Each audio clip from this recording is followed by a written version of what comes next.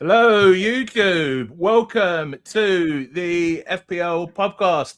We are back. FPL is back, and the boys are the FPL Lock-In, the Saturday night stream, are back for this one-off special episode. So in this one, we are going to, well, first of all, Darius, FPL D in it, is going to give us a little bit of his thoughts on me and Kanji did a stream the other day where we talked about our thoughts on the changes to FPL. He's going to tell us his thoughts on the changes to FPL. Then we're going to go through each player, each position. Sorry, you can tell how long it is since I streamed. Each position by price and talk about what we think of the prices, basically, of each player, who's the best 5.5 million striker, the best 6 million defender, etc. And then we're going to look at our first drafts. Joining me, as ever, on the lock-in, first of all, Kanji. It's only been a couple of days, but how are you doing, mate? What's up? I'm chilling. It's nice to get the band back together. It's been a minute. So yeah, let's start. And fresh off of a very impressive World Cup campaign, it is, of course, FPLD unit. Darius, how you doing, mate? I'm pretty good. I did strongly consider retiring from all fantasy content after my 339 finish in the world for World Cup fantasy. But hey, I've been suckered back in by the pool of talking with you wonderful people. We're back for another season, baby. Let's go. And he did. People may think he's just saying that, but you genuinely did, didn't you? There was a few days there we were like, we weren't sure if we were going to have you this season or not. Yeah, I was very grumpy, very angry. I was like sitting there, I was like, oh, surely Mark Southerns is going to realize that the game is posted up. It's underpinned by the casual player. The casual player hated the system that they introduced last year. No one, and I repeat, no one likes seeing themselves lose points over the course of a weekend after a game has been played. You know, the good thing about World Cup fantasy is that when your points were in, they were in. They didn't change. They didn't get taken out. They didn't sit there and get back to the postman and sent back to sender. They were literally your points, and you knew where you stood. And then here we are. Mark, did he learn anything? No. He doubled down. He just made it horrible for everyone. He's literally sat there and thought that last season's game was good because he had a good rank. Well, I've got a message for you, Mark. This season, the Premier League are combating the nonsense that was happening in the Premier League last year. If you don't take your throw in within 5 seconds, it's the other team's throw in. If you don't take a goal kick within 5 seconds, it's a corner. I mean, I look forward to taking down all those DC numpties out there and pissing all over them with my quality. And you've disallowed DC to be mentioned on your channel this season, I do believe. Banned. Any idiot that counts to 10 or 12 on my channel, you're going to be removed from chat for 5 minutes till you learn the lesson. It's so nice to have Darius back. The banter has just gone up a level. It is. So before we get into it, please do like and subscribe. And I've just opened up the podcast mini league again, which we'd love you to be part of. If you were in it last year, I didn't actually realize, I don't know if you guys did until last night, that you can reactivate old leagues. So if you were in the podcast mini league last year, you should automatically be signed up for it again. But if you're not, you can either click in the link in the description below, and that will put you in, will sign you up automatically. Or if not, the league code is 16HW3D. That's 16HW3D. Yeah, and please do like and subscribe and all that stuff. Yeah, Darius, I don't know if there's anything else you wanted to say. I mean, you did go on a bit of a rant on your own channel, didn't you, in the game log? Is it just the DC or? Oh, it's just so many things. I mean, like, the double chips is just so rank and so boring. And, like, we've all heard it already. I think if anyone's watched any FPL content over the first week, we hear, I'm going to get the bench press out of the way because it's a rubbish chip, whatever. How many times are you going to hear that? Like, why on earth have we got 2 lots of these stupid chips when they literally, and I come back to this, what is the point of having FPL Challenge if you are not going to use what you learn from it? It's like sitting there and just teaching a subject, and bringing it back to my line of profession, teaching a subject that no one is paying attention to and just they suck at. Why would you keep doing the same thing? I just don't get it. And like, people sit there and say, oh, the whatever it is, it's good for the casuals or whatever. The casuals love the assistant manager chip. You want to know why? Because the assistant manager chip gave you more points than all those other 4 chips combined. That's how good the chip was. Casuals love points. And you know what the other thing? Did the I think there was casuals like more, assistant manager though? mate, they frothed it. It was just the engaged community that didn't like it. It was the casuals that loved it because they got 50-odd points by following the unit. Fair Yeah, enough. it was just annoying that like when you're using the assistant manager that you had to use like your actual transfers. Like we didn't get additional transfers to use. That was the annoying part. Yeah, they could have tweaked it a bit, couldn't they? They could have tweaked it. They could have brought it back. They could have brought it back, but they bottled it. Mark's But they been bottling it didn't. for 2 years. What's he done that's good? What's he done that's good, Kanji? Tell me what he's done that's good for the game. I mean, look, the things that should have been done years ago are now being implemented now, like live leagues and whatever nonsense. Like that's basically what's changed. DEFCON has come in. I don't like DEFCON, but it is what it is. That's the game. You got to live with it, or you're going to be blown away by it, basically. The thing is, I think with a lot of things, you're damned if you do, and you're damned if you don't. You know what I mean? Because like for years, people were saying bring in some sort of defensive contributions. Then they were saying do live updates, have the price rises on the site, and then you do them and you get how to go at. You know what I mean? And it's like if you don't do them, so you almost can't win in a lot. I know that Darius is very against defensive contribution points in particular, but the only thing I said this on Thursday. It's only go over grand. I think they could have either scrapped it or tried to improve it. It's like just doing the same thing over again. Yeah, exactly. Did you see the bonus points changes, Darius? Do you have any thoughts on the bonus points? What was the point? Well, honestly, I'm not going to lie. If you're going to change the bonus points like that, you might as well not have changed them. Like, I think the biggest affected person was Gabriel, and we would have lost like 6 points over the course of the season. Who cares? Literally, who cares? I think they're just playing at lip service. They're paying a lip service so Mark Southerns can get his back pocket filled by all his mates over at Fantasy Scout and whatever else he's getting paid to keep DC in the game. Because it makes no other explanation as to why they've changed the bonus points. Because it's essentially bonus is the same. They're just trying to nerf like the DEFCON defenders getting bonus as well. That's basically it. So when it came time to do the timestamps, instead of putting in bonus point changes, I was just going to put no changes to the bonus points. Basically.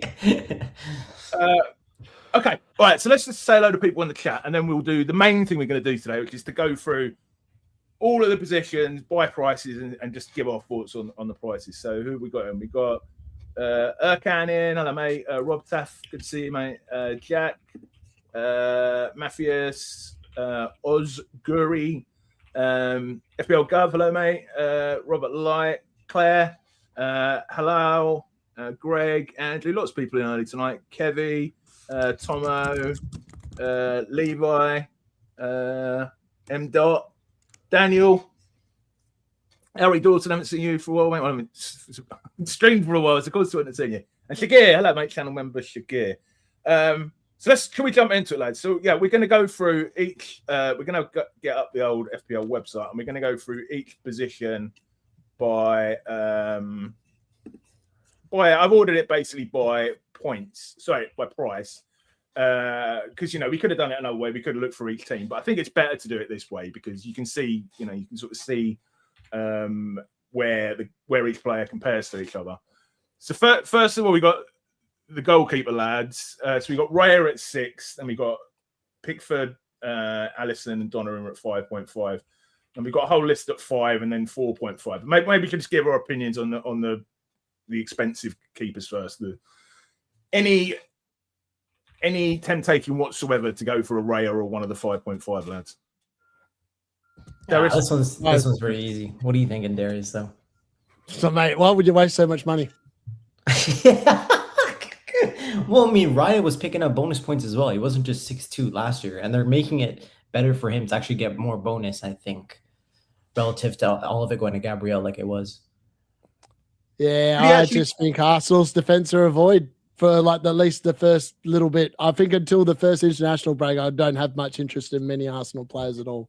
Wait, so let me get this straight. You've doubled up on Chelsea defense, doubled up on Liverpool defense, doubled up on every defense under the sun. Not Chelsea And defense. none of the doubles worked out. None of the double defenses worked out. But Arsenal New season, did. And now Kanji. you're telling me New you season. want none. New season, baby. I'm seeing them better. I'm seeing them like beach balls at the moment. I'm going to keep going. I mean, Arsenal, I've got Villa and Chelsea in the first 3, but then Sunderland, Brighton, and Leeds. Not too bad, is it? But I always just think with the goalkeepers, I know what you think, lads. I mean, I've got 4.5 million keeper in.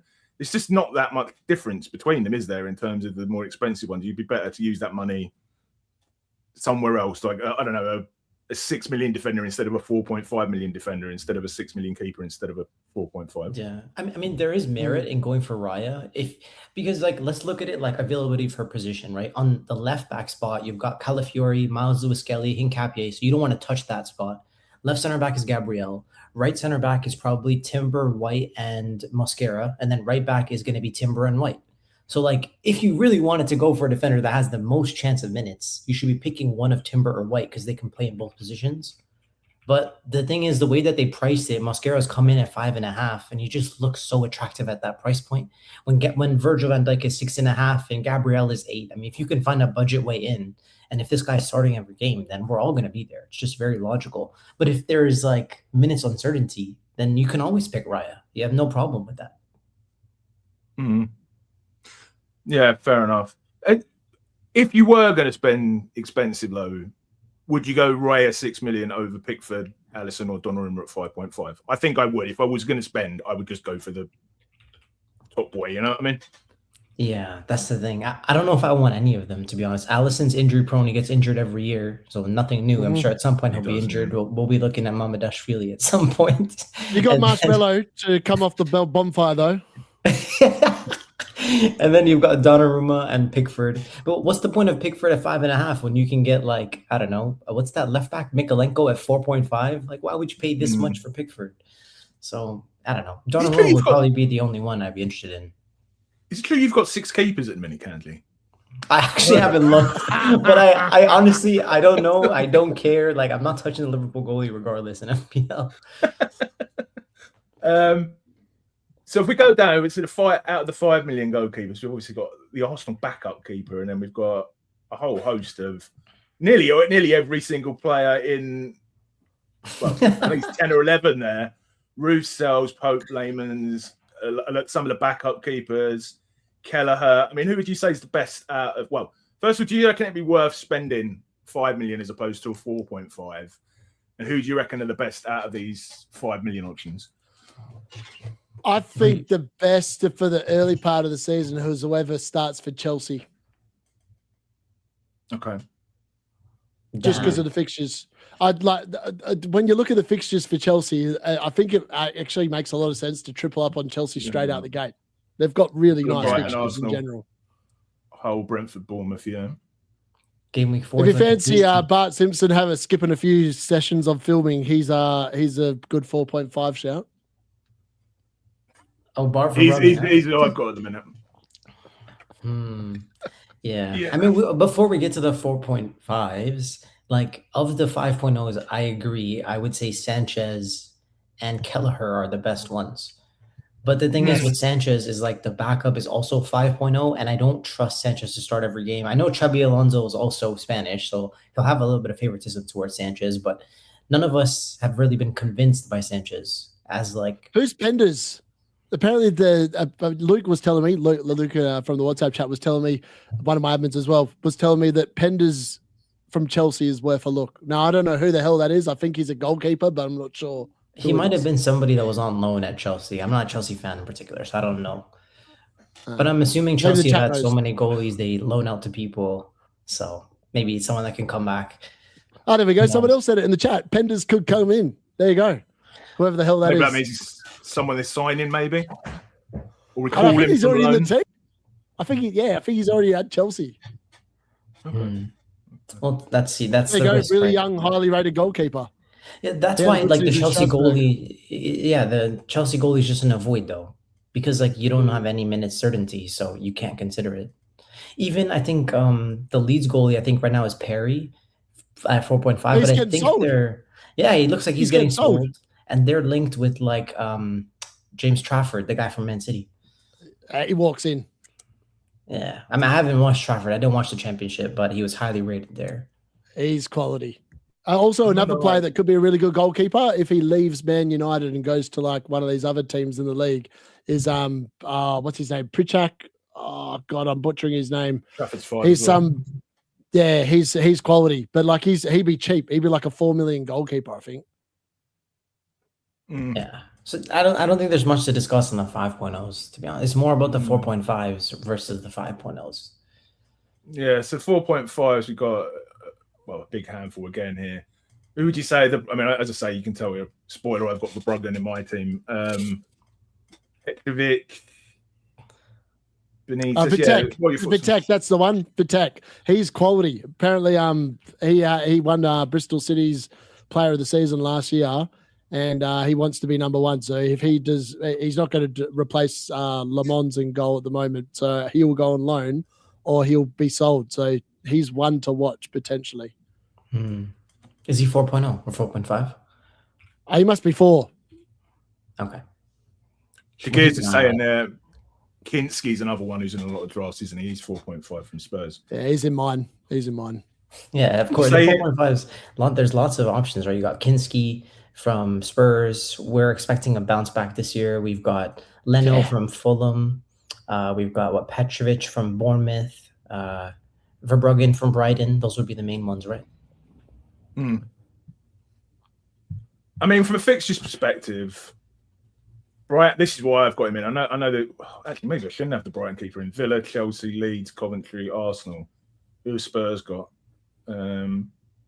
Brentford, Newcastle, Nottingham Forest, Everton, Aston Villa. Yeah, maybe from a fixtures play, maybe Kinski would be the better pick. Perry, do we know he's the only keeper there? They're probably going to. Were you saying they're going to sign a new keeper? Yeah, exactly. They're going to sign someone else. And then if we go right down to the 4 million, I don't know if you guys know if any of these are starters. I'm assuming not. No. I mean, I've gone steel just so. But you can't even double up on Brighton goalkeepers because they got 3 keepers. So yeah, I think the other one was like from one of the newly promoted sides anyway. So I think there's a reason he's priced at 4.5, that other guy. So I assume he's just going to go back to the newly promoted team. But we'll see, right? Yeah, exactly. Okay, fair enough. We'll see, though. We'll see. If he was priced at 4.0, it would have been really convenient, but he's not. He's 4.5, like the backup Brighton guy. All right, let's move on to defenders. So, yeah, I mean, we already gave our reaction, me and Kanji, to this on the channel the other day, Darius, but Gabriel at 8, is he worth it for you? No. No, he's just not. Why would you spend 8 million on a bloke that scored 3 goals? Now, people get confused because content creators will be bang on about, Gabriel, the best bloody header in the league. You know, the funny thing is, right? I don't know who it was. I was like listening to something. It came on in the gym and I couldn't skip it. There was nothing else to listen to. So I had to listen to something. And I'm sure it was Andy or Andy or Harry said, we're like, Gabriel's got the best defensive thing or whatever. And then they talked about Virgil. I was like, Virgil scored more goals than bloody Gabriel did last year, but no one talking about that. I think I saw him in Nightmares, Joe, Virgil. The thing was, me and Kanji did a look at this between Gabriel, Bruno, and Haaland. And Gabriel for points pretty much matched both Bruno and Haaland. I think at home he was slightly behind, and away he was actually slightly in front. And Bruno cost 12 million, and Haaland cost 15.5. So if we're going to say they're essential, I'm not saying you are saying that, Darius. I mean, surely Gabriel's got to be. Mate, let's be fair, he was elite last year. But I think Arsenal are going to come back crashing down to earth this year. They got away with so much murder last year in terms of like the penalties that should have been given against them in the box for like the manhandling and the bear cuddling and the punching in the people's faces. I think this year the karma's going to come around and slap them on the bum. I think that's going to happen, and Arsenal fans going to go back to the whiny lot that they are. It's going to be tough because like the Premier League is very open in a way this season. Like Liverpool should have a bounce back year. Man City have just lost one of the best managers of all time. Hold on. Once a Stop week. me on that first bit. Liverpool having a bounce back year based on what?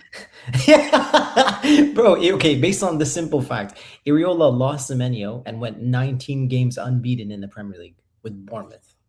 Like, we have better players at Bournemouth. Yeah, I know, but we have better players than them. So surely I saw a lot of flops last year. I saw a lot of old men rolling around. I saw Cody Gakpo try and do his one-trick pony into the first man on multiple times. I saw Wirtz strutting around looking like he was a footballer, but in reality, he was a show pony. And I saw Virgil, the sloth man, turn on a dime. He made Harry Maguire look quick. Well, look, we need to buy a new winger. Like, that's for sure. Salah's gone. We haven't brought anyone in. Isak should have a bounce back year. It's really set for him to come back and show that he's the second best or best striker in the Premier League. And let's see what happens to Wirtz. I mean, Szoboszlai has been consistent. He's the only one we can trust at the moment. Okay. If we go down to 6.5. Penalties. 6.5, we've only got 3, and one of them is injured in Timber. Bro, it's so funny how this segment was supposed to be about Gabriel, and somehow Darius and I made it about Liverpool. I know. We have got a new system. Anyone who watched last season will know when Darius starts ranting about certain players, I mute him.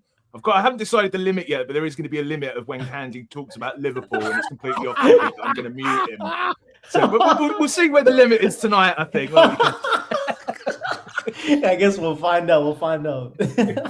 But on a Liverpool one, do you think Virgil or O'Reilly are worth it at 6.5, Kanji? Yeah, they're definitely going to be worth it at times. I think Virgil is going to be the one that's really interesting because both center backs for Areola hit DEFCON over 60% of the time. And Virgil got 6 goals last year. We only kept 10 clean sheets. Like, what if we kept 13 or 14 clean sheets? And he's hitting DEFCON in 60% of games, and he gets 4 goals and 1 assist this year. I mean, Virgil's going to be killing it with points. Like, he might end with like 180, 190, and none of us would be surprised. He's at 6.5. And if you had a 6.5 midfielder getting 190, would you go to him? But you've got the other Liverpool defender, the new centre-back, haven't you? Yeah, I'm broke. I'm trying to get Palmer in my team. That's the problem. I'm a big Palmer fanboy. So if you had the money, you'd go Virgil. Yeah, for sure. If I didn't want Palmer and he didn't need him for captaincy, I'd be on Virgil 100%. How old is Virgil? I think he's 34. When does he turn 35? Centre half, does it? Well, I've got a sneaky suspicion that at some point in the very near future, he's going to run into injury troubles. I'm just calling it early. He's getting old. And he just turned 35 this month. You're right. Well, there you go. So he's going to play the entire season at 35. And trust me, I'm 39, and it gets a bit harder the older you get. Yeah, that's true. And like the system itself is going to be relying on Virgil and the right center back. They're going to be exposed a lot. That's why we're going to be needing Virgil to have a big season this year. Could you be tempted with Virgil O'Reilly? I mean, you've got bad memories of O'Reilly, Darius, haven't you, from triple captaining him? What was it, game week 36 last year? Yeah, just went slightly early on O'Reilly. I should have gone the week before when he monstered it, but that's weird. I look at the Man City team and I was like looking at their players and I'm like going, I wonder if they'll sell any players because they've got their defense is pretty stacked. Like, I know Stones is leaving, whatever. He didn't play last year anyway, just not here or there. But like, they've got Vardy back fit. There's O'Reilly. There's Mark Gahey. There's the other blokes, Kanji and Ake, and then there's Mateus Nunes. Mateus Nunes, for what it's worth, is not getting seen by anyone, but I feel like there's less competition for his spot still in the team than anyone else. Like, I feel like he just starts. There's no other right back. Man City have no other right back, and O'Reilly's not going to go and play on the right. Vardyol's not going to go and play on the right. And let's be fair, Ake is no good on the right, and neither is a Kanji. So if you factor all that in, Mateus Nunes is probably the one you want. Yes, he might not get quite as forward as O'Reilly, but he was super good for assists last year. Like, once we got past the first 5 or 6 games, he was elite. Yeah, but I'd rather pay 0.5 more for O'Reilly. If he had come in at 5.0 or 5.5, I'd consider him. But O'Reilly at 0.5 more, I think I'd rather take that. Apparently, all the City defenders are left. Kanji is no longer at Man City, and Ake is gone. Yeah, That's how much I know. They Who cares about Man City, man? They get relegated. The 117 charges are coming in, and all their fans are going to be waving at us from the championship. We'll be like, piss off. Wasn't there a possibility that Stones could go to Arsenal? Because if that happened, he'd surely be an option, wouldn't he? I don't know how much he. Well, he's always injured. He'll just be occupying the injury wall, Gary, I believe. He was fair at the World Cup. He only played a couple of games. Weird. Yeah, I know. I guess so. Can we move on to the 6 million? I mean, one thing we'll say is they have sort of adjusted. There's a lot more higher priced defenders this year, isn't there? I think probably because of the DEFCONs. So we've got Nunez and Gueye, who we were just talking about. We've also got Senesi, Tarkowski, and Lacroix, who I think might be going to Chelsea, I heard. Any of them tickle your fancy? I can't see Senesi at 6 million at Spurs. I cannot see. Yeah, no way. I just don't get why you paid that much when you can just get the goalie at 4.5. Like, unless this guy's hitting DEFCONs every single game and you're getting it for the DEFCON hit rate, then fair enough. But I just don't get it. Like, even, for example, Tarkowski at 6 when Mikolenko is 4.5. That's crazy. You're paying 1.5 just for DEFCON hit rate. That's a lot. Like, I just think there's going to be better value defenders than a lot of these 6.0s. Yeah. I think Lacroix, given Chelsea's fixtures, if he's nailed on, because he's very good for DEFCONs. Yeah, well, in the previous system under Glasner, right? He was really good in that system, the central center back. You think he might not carry over? Exactly. Like, where is he going to be playing? Yeah, what's the system? Like, what's the setup? And like, Levi Colwell is 5.0 and Lacroix is 6. So why wouldn't you just go to Colwell at 5? Yeah. Fair enough. Tarkowski, I think 6 million is too much for an Everton defender, even though he is, when you loved him last season, didn't you, Darius? A bit of Tarkowski, but I think 6 million is too much. Yeah, I actually think that all the 6 million blokes, I don't know why you're paying for him, except the only one I'd say is probably worth the 6 million is Mateus Nunes if he continues in the same role, just because of the fact I think his attacking threat is so much better than all those other ones. And I just think that, Lacroix going to Chelsea, they could be really good. Like, the way Chelsea are building and some of the players they've bought kind of makes you think with the one game a week, they're probably going to do what Man United should have done last year and just go all in on trying to win the league. Because when you play one game a week, it's a hell of a lot easier. So I think Lacroix could be good for clean sheets in particular. I don't think the DCs will be there because I think Chelsea are going to dominate a lot more of the ball, which means he's not going to get as many of them. That's what Kanji is saying. That's my gut read. Yeah. Yeah. Yeah. Okay, so go down. I don't get why you like Nunez though. I really don't get it because like he doesn't get like DEFCONs. Like he can get. Doesn't need him. Gets assists. Maybe assist costs 3 points. You only get 2 for DC. The last time I checked. Yeah, but the DEFCONs hit like every other game. Like assists are not that often. He got one every 3.5 games, I think. Yeah, he got like one every 3.5 weeks, which is pretty good. Yeah, of course. But if you have a center back hitting DEFCON every other game, it's probably just as good. And you can get them for cheaper. Anyway. And they're conceding goals. Yeah, that's the thing. Yeah, City don't concede. Yeah, that's true. So for us, we're down to 5.5 now. We've got Calafiori, Hincampe, and Mascara. I think Mascara is the pick of those 3. Would you agree, Lance? I've no interest in any of them. No, you didn't. I know you said that earlier. Yeah. What about Hill and Trafferi, both at 5.5? Because Hill, what was Hill last season? He wasn't 4 million, was he? He was 4.4. Yeah. 5. It was 4. Really, wow. Was he 4? 4. Yeah. Oh, yeah. You really have to pay a premium for DEFCON. Like, it's crazy. I think Trafford, for what it's worth, when Bournemouth get better fixtures, I think Trafford at 5.5 is an absolute steal. He's so good. Going forward, he's so good. And he even gets I hate to say it, but he actually does get DC as well. Not as regularly as the centre-backs, but he did get it quite a bit last year, and he's just so good going forward.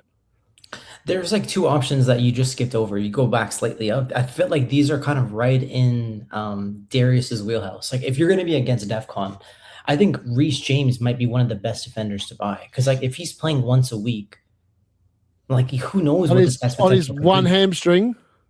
Yeah, I mean, I'm assuming he's not playing wing back. I'm going to assume he's going to play either like central Because they're not defensive in Europe, are midfielder. they? Yeah, they Yeah. play once a week. So this could be Reece James's revival season. Like genuinely, this could be the one. And the same with Kirkhez and Frimpong. Like right now, we don't have a right winger, so it's Frimpong going to play right wing. We don't have another backup right back, so Frimpong has to start there. And the same with Kirkhez at left back. We're not going to be playing Simicast. Like he's just not at the Premier League level anymore. So like both of these guys could be excellent in terms of getting some attacking returns with some high upside. Yeah, to be honest with you, some of these names like Munoz, I think I'd probably prefer him than some of the 6 point. You know, from the like attacking threat. I know obviously Crystal Palace aren't as good at defense, but for the upside, I'd quite fancy him. Any others? I'm just thinking, like, we can't go through all of these, obviously, because we'll be here for 6 hours. Well, I honestly didn't think Milinkovic and Murillo were going to be 5.5. I thought they were going to come in cheaper, but at 5.5, I'm not going to go there. No, given their season, yeah, you're right. You think there'll be a little bit of a revival? Okay, do you remember it was last season, wasn't it, Darius? You started with was it 2 or 3 Nottingham Forest defenders? 2, Milinkovic and as well. Sells, and they did diddly bugger all. But I'm going back to double Forest defense this year, baby, because I'm feeling it. Wow. Okay. What about Mukele? Lightning doesn't strike twice. You correct your mistake by doubling down. Yeah, if Darius is doubling down on a defense, everybody steer clear. Make sure you steer clear. I've got the kiss of life this year, not the kiss of death. Generally, though, I think the 5.5s are still. I think I'm just going to go. Overpriced. Mukiele and Pedro Porro both 5.5. That's kind of expensive. Damn. That's sad. Yeah, that honestly prices them out of the game, I think. So if we go into the 5 millions, we've got a couple of Bournemouth defenders there, a whole raft of Brighton defenders, Vanderberg. Pascal Struijk is on Brighton now. Interesting. Yeah, he's at Brighton. I only noticed that today. Yeah, he was pretty good last year, wasn't he? What? When did he leave? they sold Van Heck and they bought this guy. How much did they buy him, or is it a free transfer? I don't know. You're gonna have to look at that on Google. Chat, let me know in the chat. Someone, Claire's in the chat. She'll know. She will know. She's great with that. I can't believe I missed this one. Hey, you skipped over. Hey, you skipped over half of the best names. You skipped over. Yeah, I know. I'm just visuals over Colwell. I was just going to say, because again, we can't talk over these. I could have planned this a bit better. So I'll sort of skim over them to give you guys a look. Who for you are the standouts at 5 million? Diego Dallo at 5 million, absolute lock. You're a clown. Yo, what do you guys think about Crystal Palace? Like, they have some good options in Nick Richards and Canvo, right? Remember last year we were considering them under Glasner. Both of those guys are priced at 5.0 now. Do you think we could consider them or not really? I consider them. Nah. Damn. You just think under the new manager, we don't know what he's like, so just avoid. Is that what you guys are thinking? Well, I don't think they're going to play the same way. Like, they've lost half their players. They've lost Lacroix. They've lost. Who else have they got? Someone. Nateta wants to leave. They've got Strand Larson in the team. I mean, there's only one way and it's down. They're going to have Europe as well this year and a new coach. Yeah, they're going to be cooked. They're not buying enough players to. I mean, Man United are in the same spot. Man United and Crystal Palace will be side by side in the league, probably 13th and 14th by the end of the season because our owners are crap. What? Have you got Bruno on your team or no? Nah, not in there. Overrated. Wow. He's exactly. You know what? Bruno this season, Kanji, is exactly what I said about Mo Salah at the beginning of last year. He's so stupidly overpriced. It's not worth going there. You call yourself a Man United fan. I'm calling it for what it is. Bruno Fernandes is 31. He's turning 32 years old. They've just signed Yuri Tillemans. They've got Santos. They've got Cobby. I can tell you what's going to happen in games now. Fernandes is going to start getting subbed around the 70th minute. because they've got Tielemans, and Tielemans will either be starting on the bench and coming on for him, or someone will be coming on for him. And I'm telling you, Bruno is probably the biggest trap out there. I actually think that it's 12 million down the drain.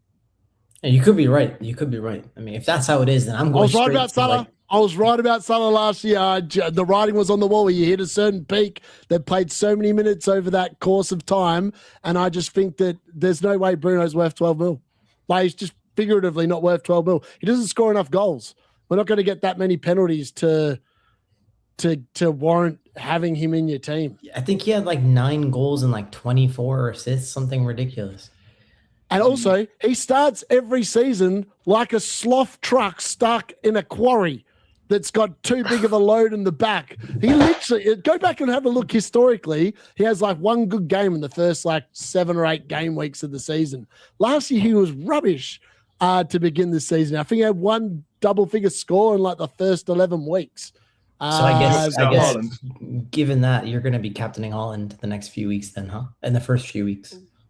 He's the only premium I got, baby. Damn. Lads, I want to keep us on topic because it's probably going to take quite a bit as it is. Any 5 million defenders you want to shout out before we talk about the 4.5s? Malik Chow, Levi Colwell. I like those 2. Dallo. There is?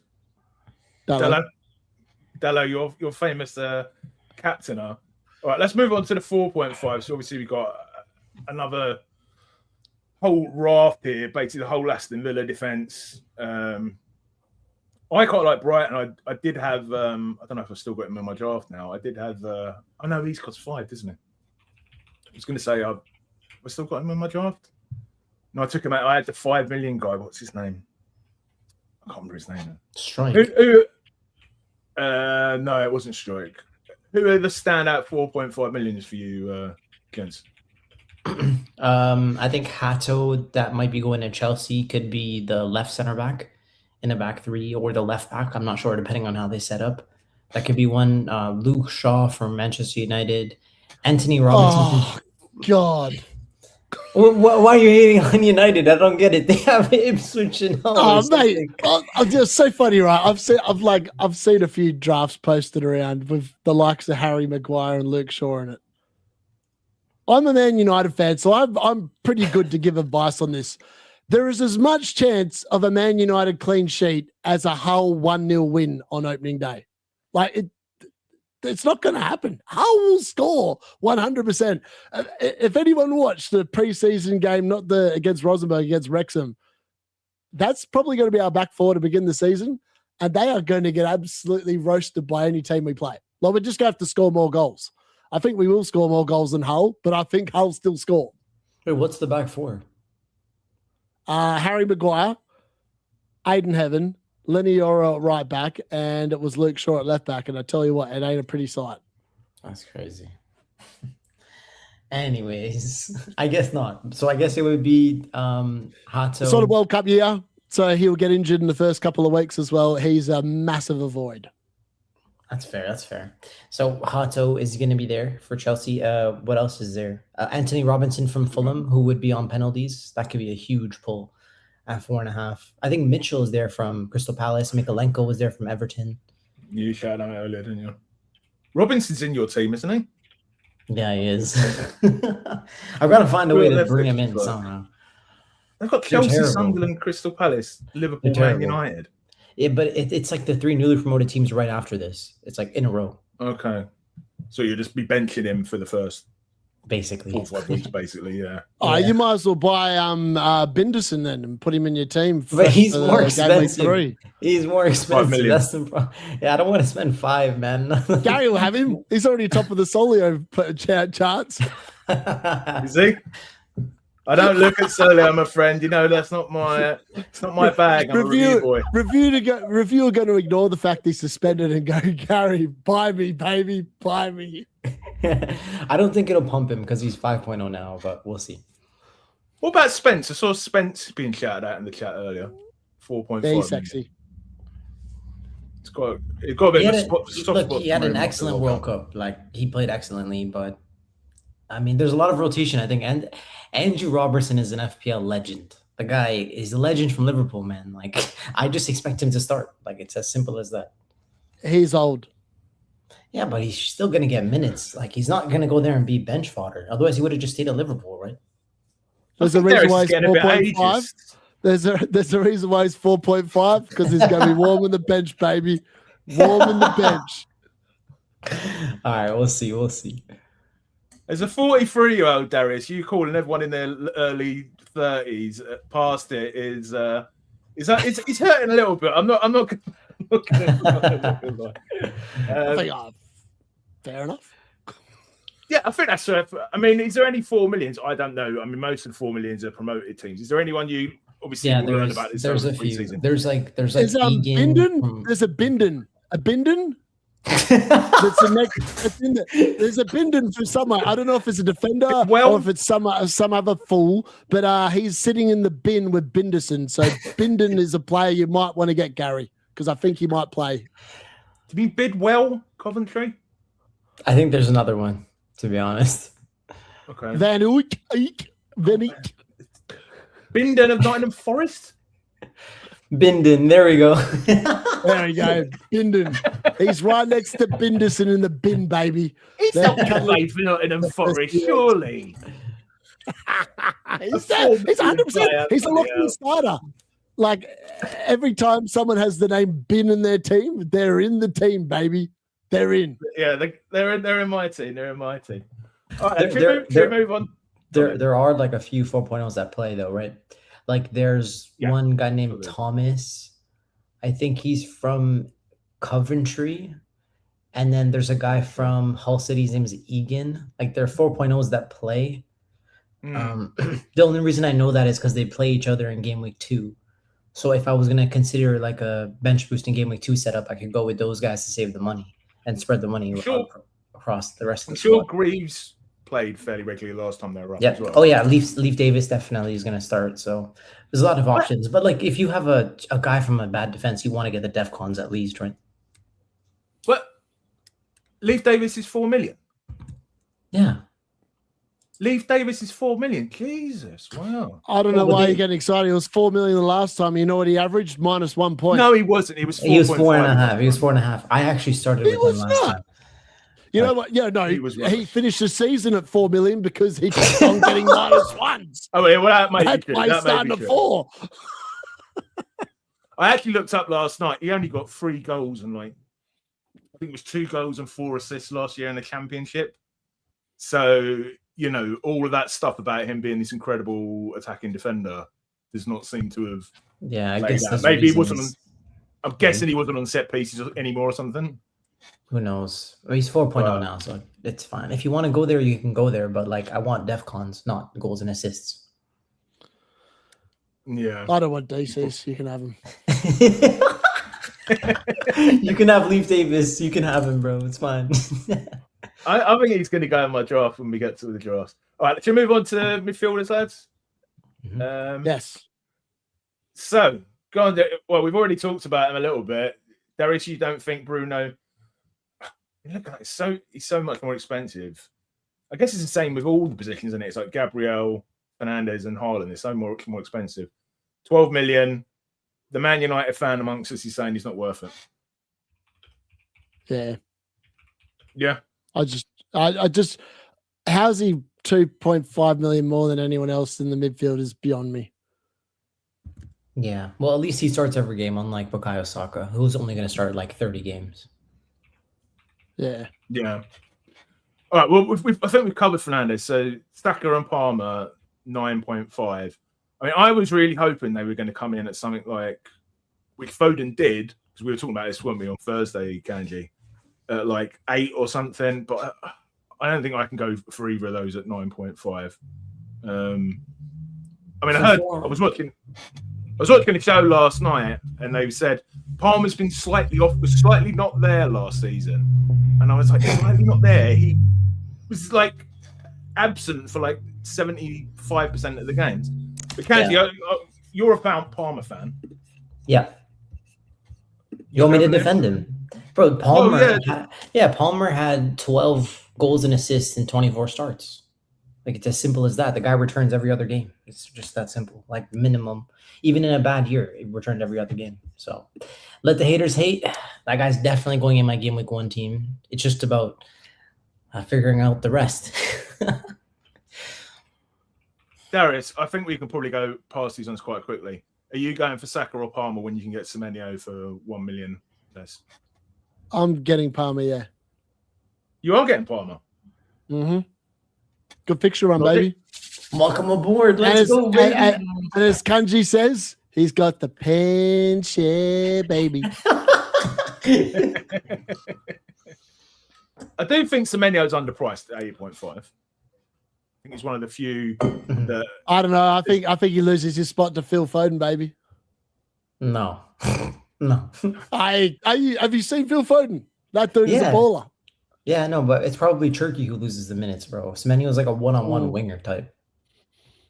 Yeah, I know Pep's not there anymore. Do you remember at the end of the season when everyone was talking about who's going to get rotated out in the double game weeks, and it ended up because a lot of us sold Semenyo to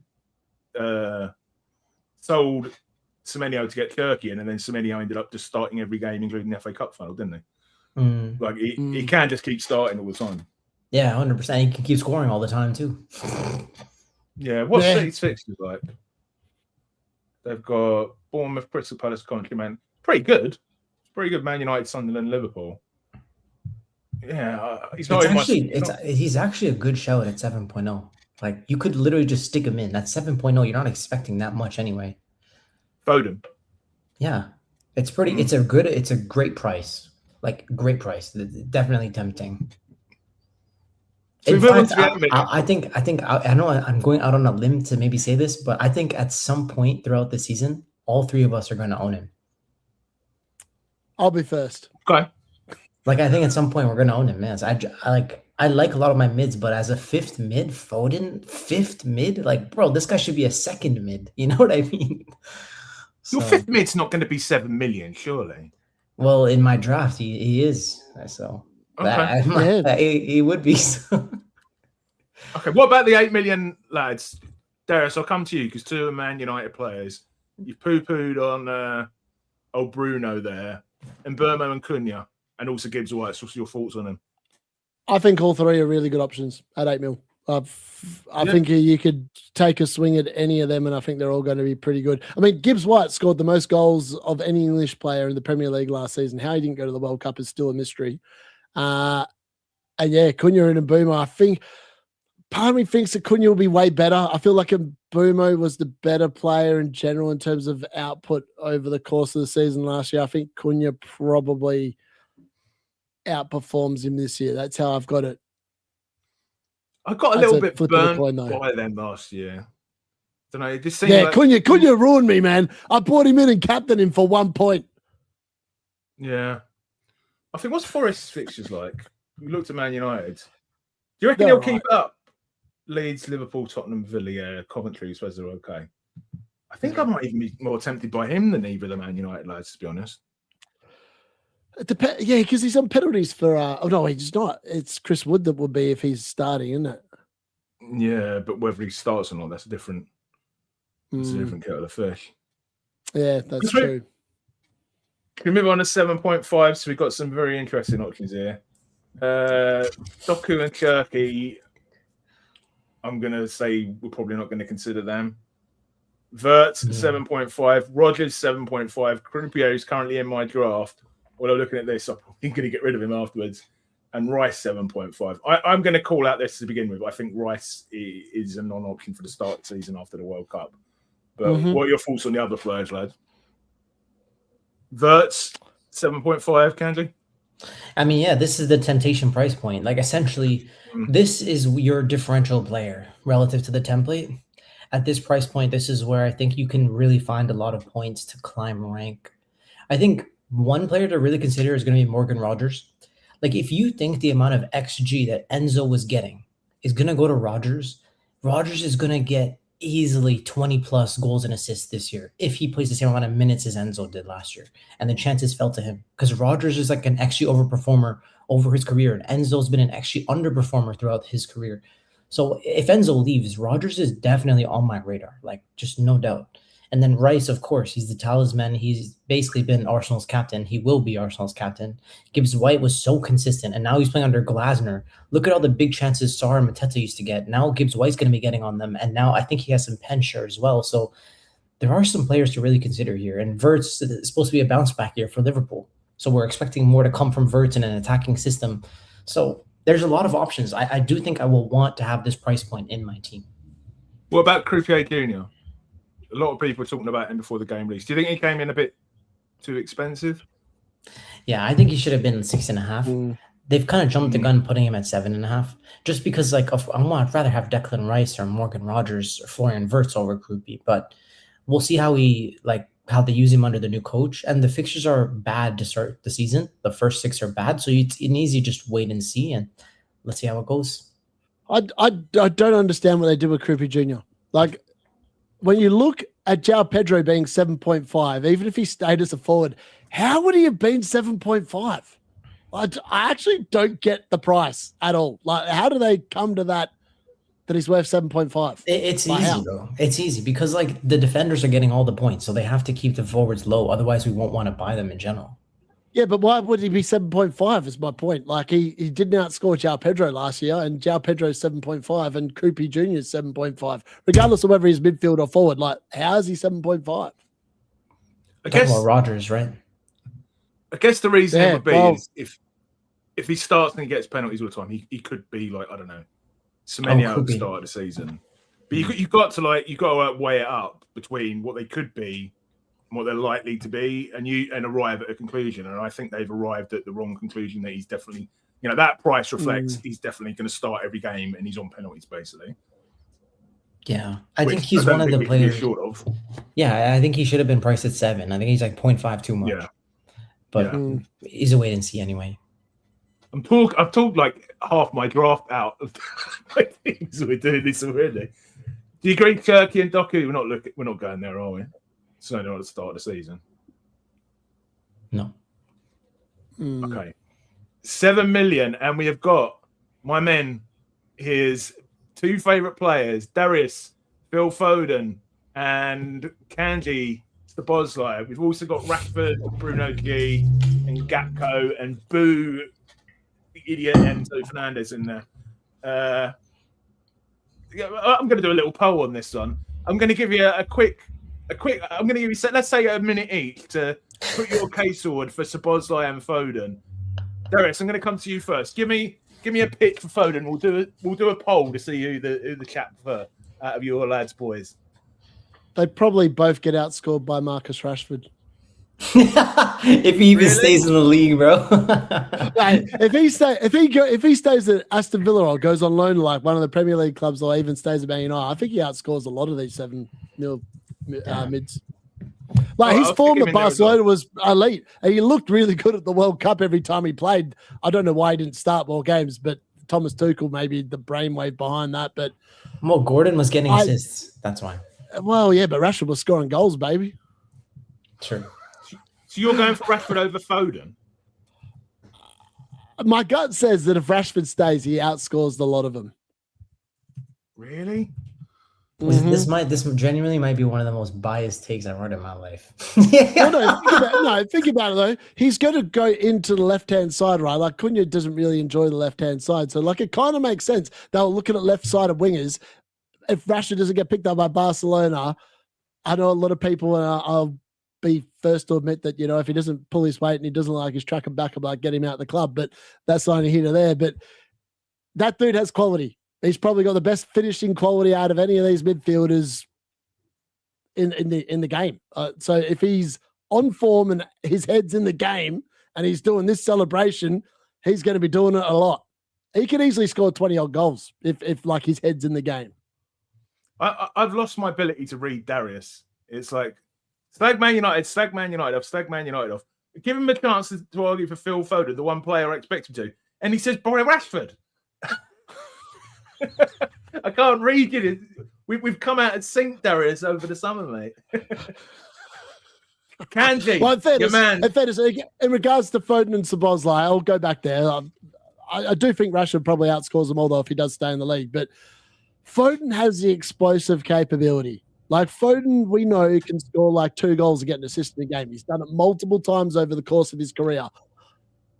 Dirty Dom, his best moment last year was scoring free kicks and when he got Gary 0 points for the penalty miss. Let's be fair. He's taken him. Make a case for dirty 0 point Dom when you can have Foden dirty 19-point Foden. Yeah, if there was a dirty 0 point Dom, it'd be dirty 0 point Foden who didn't show up and didn't even play. Kanji, do you know it's taken him an hour of the first stream he's on this season to bring up that bloody penalty miss? I mean, it was your moment. Yeah, of course. Had to be done. It's an iconic moment. It was an iconic. Last year had a lot of iconic moments. I know some of you might be new listening to the stream. You don't get the context, but yeah, there was that moment when Szoboszlai missed the pen. That was a crazy moment in our group chat. Yeah, I owned him, and Darius did a viral little moment of hold my beer. Don't. Anyway, what about Dirty Dom Szoboszlai? Is that who we're referring to? Of course. Yeah, Dirty Dom is one of the best assets in the game. I think he came in like 1.0. Come on. He came in, I think, 1.0 too cheap. I think he should have been 7.5. And if he has pens, then he should be. Yeah. If he has pens, like he should be 8.0. And the thing with Isak is like Isak is not a 90-minute man anymore. Like even if like he starts the games and plays 70 minutes, Szoboszlai will be on pens for 20% of the games anyway. So like you're still in a great position holding Szoboszlai for penalties. Then he's also on all the direct free kicks, indirect free kicks, corners. And if he plays out of position at right back, he's getting DEFCONs. Like the man got DEFCONs in 25% of his games. So he's just a very good set and forget. Don't worry about him. And if you expect Liverpool to improve under Andoni Iraola, then he's just an easy hold. And at this price point, he's going to be in my team all season long, assuming he doesn't get injured. Yeah, he's in my draft. Because the one thing, even though, after he did miss that penalty, even the games that he wasn't, getting attacking returns, he was getting DCs, he was getting your clean sheet point, he was getting bonus. He just seems to pick up points. One of those players that can pick up points from everywhere, isn't he? Yeah, he's really great in that sense. Similar to actually the likes of Bruno G. Bruno G is similar in that sense, and he would have the 100% pen share, unlike Szoboszlai. So at the same price, I think Bruno G is actually just as good of a pick as Dominik Szoboszlai is, but no one has Bruno G because of the uncertainty, right, of him going to Arsenal. Yeah. Would he start everything? Yeah, bro, Bruno G is going to start, bro. What? Bruno, right? No, if he goes to Arsenal, Bruno, Rice, and Odegaard, would that be the? I guess it would be, wouldn't it? Yeah. But if it's a new club, you don't know if he's going to start. Say that he makes the move, you're going to want him in week 1. If he's at Arsenal, I don't think you can risk it. I don't think you can risk that. No. Right, 6.5. We got a lot of. How many have we got here? Quite a few. We got Gooseberry Hall, Dango, Odegaard. What happened to him last year? Eze, Sarr. Be in my draft at a minute. Kudos, Madison, Anderson, Wilson. What do you think? Wow, there's plenty of options. Yeah, there's lots of good differentials here. Yeah, quite a good price point, isn't it? Where's your boy Shade? Remember your boy Shade, the one you always used to go to? He's 6. He's 6. Oh, I think he's 6 million. I think he's 6 million. Yeah, there he is. He's down there at 6 million. He's underpriced in my opinion. Yeah, he should be 6.5, but that's okay. That might be good for us at some point. But at 6.5, I do like Anderson at Man City. If you could click Rodri, just click the eye. If you could pull him up, I just want to show you something. So if you click the eye, oh man, sorry. Can you see how many DEFCONs he had? Was it 206? Is that 206? 206, yeah, 206. And how many minutes did he play in the season? Was it 1,500? 1,510. Okay, so 206 divided by 1,510 times 90. This is going to be his DEFCONs per 90. He's at 12 DEFCONs per 90. Calculations on the spot there. Yeah, if I'd already done it beforehand anyway, I knew. So if you have a defensive midfielder from Man City that's getting 12 DEFCON per 90, that's a crazy pick because he's also going to get 10 goals and assists because he's playing for Man City. So Grealish is back there, isn't he? Yeah, and so Rodri has a back injury. because he's trying to go to Real Madrid. So if he leaves and Anderson is going to be nailed in the 6, then Anderson's one of the best picks in the game. Like he's going to get DEFCONs every other game. Yeah, there's no one else to play DM. Like, who are they going to play? Like, he's the logical player to play every single game. They should flog him. But if they keep possession like they usually do, isn't that that's surely gonna hit his DEFCON potential compared to? Yeah, that's what I thought. But Rodri's averaging 12 DEFCON per 90 in Man City. Oh right, see your point. Yeah, maybe. That's what I was saying. That's the first person I'm like, okay, he's gonna take over Rodri's role. That's why I just checked over what he did. Darius, before we started the stream, you said to me, you've seen a few teams going around on X, and you think maybe one of the most undersung heroes, not undersung heroes, that's the word I'm looking for. One of the players that's not getting called out enough is Maddison.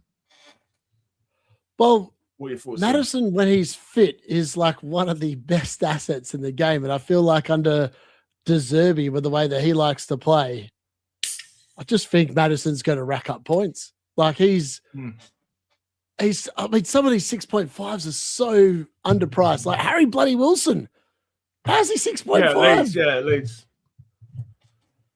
Yeah, but I mean, I don't know why he went to Leeds, but that's probably a story for another day. But that might kill his output, which I'm not 100% certain. But even Kulusevski, when he comes back, man, he's quality at 6.5. Like he's better than Kudos, 100%. Would Maddison be on penalties? I'm trying to think who's on. He might be. Nah, it's the pigeon. Yeah, but he might not be on the field. So he could be on penalties. I think he's a big gamble, but I think he's worth it. If we know that he's going to get decent minutes. Can we move on to the 6 millions? I mean, sorry, go on, Darius. No, I was like, go on. Mm-hmm. Pick out some names here. Manzarbi, I've been hearing is quite a good player. I don't know a lot about him. You got wasn't Manzambi the guy from Switzerland? I could be wrong. Nightmare would know. Yes. I think he had him. Switzerland. I had him as well. Oh, you did as well? Oh, no wonder you did so well. Mate, I was seeing him for days. When you don't have to rely on like updating random stats at the end of a game, it's amazing how well you can see him. Yeah, when review doesn't exist, Gary just doesn't play the game. You know what I mean? There's no Gary's, there's no bots to worry about. Tavernier, Scott, and Cliver at 6 million. It's not bad pricing for them. Sade and Anthony, 6 million. Actually, this isn't a bad price bracket either. And Stack. What are your thoughts on the 6 million, lads? I mean, I know, Kanji, you've got Ndai in your draft, haven't you?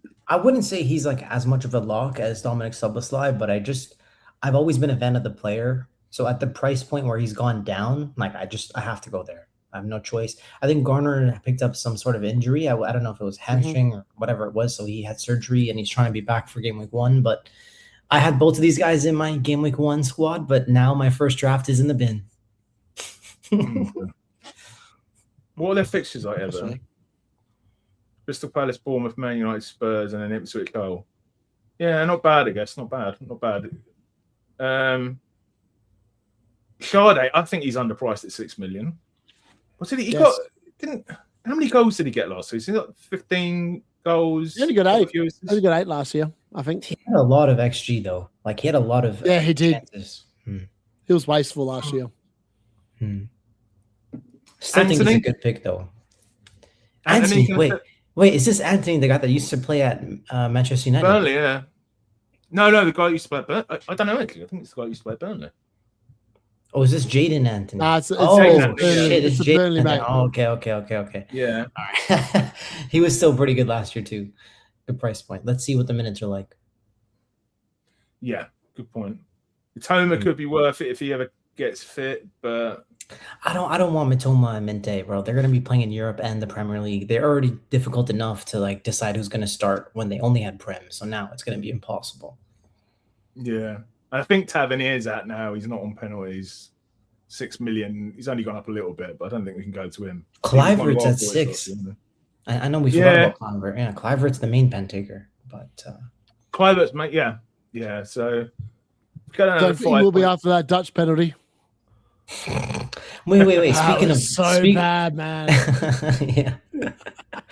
Speaking of Dutch, though, what's the price of Gravenberch? Is he 5.5 still, or is he 6? Probably 7. Yeah, right. It's 6. He's 6. That's Liverpool pretty. tax. That's pretty Liverpool cheap. tax. That's pretty cheap. What about Rio Engamoa? I don't know if it's Rio or Engamoa. You can't. You want to try and get me to spell that? NG. NG 6. Okay. They're both 6. Interesting. Sorry, I just out of curiosity. Sorry about that. Where were we on to? We were on to 6.5s, weren't we? 6 mids, 6.0s. 6 mids. Oh yeah, okay. I think we can wrap that one up. So, yeah, you got those two from Liverpool. Stack is there at 6.0 as well. You got your review pick in there, Pascal Gross, 5.5.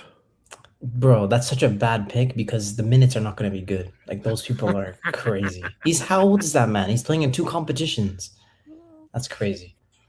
Late 30s. What about Tielemans, Darius? You were saying how much He's you not liked an him as a option. player before. He's not an option. Bro is so low on Bruno Fernandes, he might pick Tielemans in the team.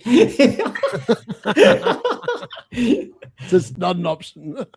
I guess Tielemans, the main, when he has been an option when he was at Leicester and Villa, is because he's on penalties, but he's not. Yeah, man. They've done my guy Dorgu dirty, bro. He's 6.0 midfielder.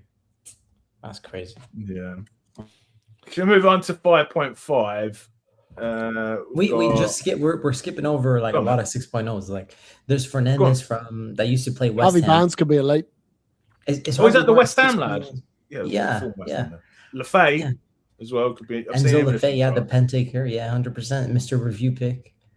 Barnes. Dorgo at 6 mil is no interest. Dorgo at 6 mil. Yeah. These guys are all done. I just had to mention them. Like you could consider some of these 6.0s. That's the thing. Defender is at 6 mil. I could have considered, but not as a midfielder.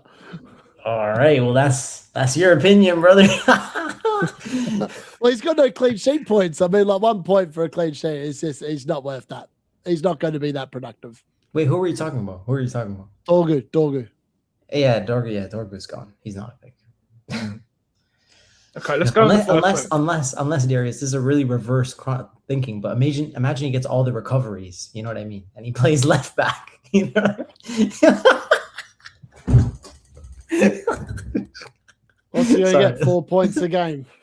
Nah, he's not an option. Even he never got DC anyway. He's just not that kind of player. Yeah, true. I'm just scrolling through the 5.5 million options lads here while you're talking. I can't see anyone below. Is there anyone at the 5.55 million bracket? I can't see anyone here. Tonali at 5.5. Granit Xhaka at 5.5. Tonali. There's not many though, is there? There's not many. If you go below that, you're really dead spotting the spot, really. Well, what if we talk about 4.5s? Because if you were going to dead spot it, I'm going to skip through the 5.5 because I don't think they're really 5 and 5.5. I don't think are really options. I think it's a dead spot. If you were going to dead spot it, who would you dead spot it to? I mean, do we know if any of these lads start?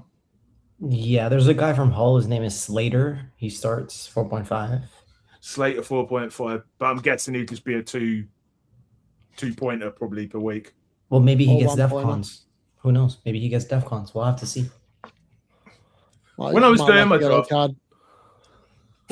draft earlier, because I only did my first draft earlier today, I wanted to go 3-5-2 again, but I just kept having nightmares of Gooey being stuck on that final bench position for like, you know what I mean? It was for so long of the season, it was like 7 or 8 months, and I was like, do I really want to go there again?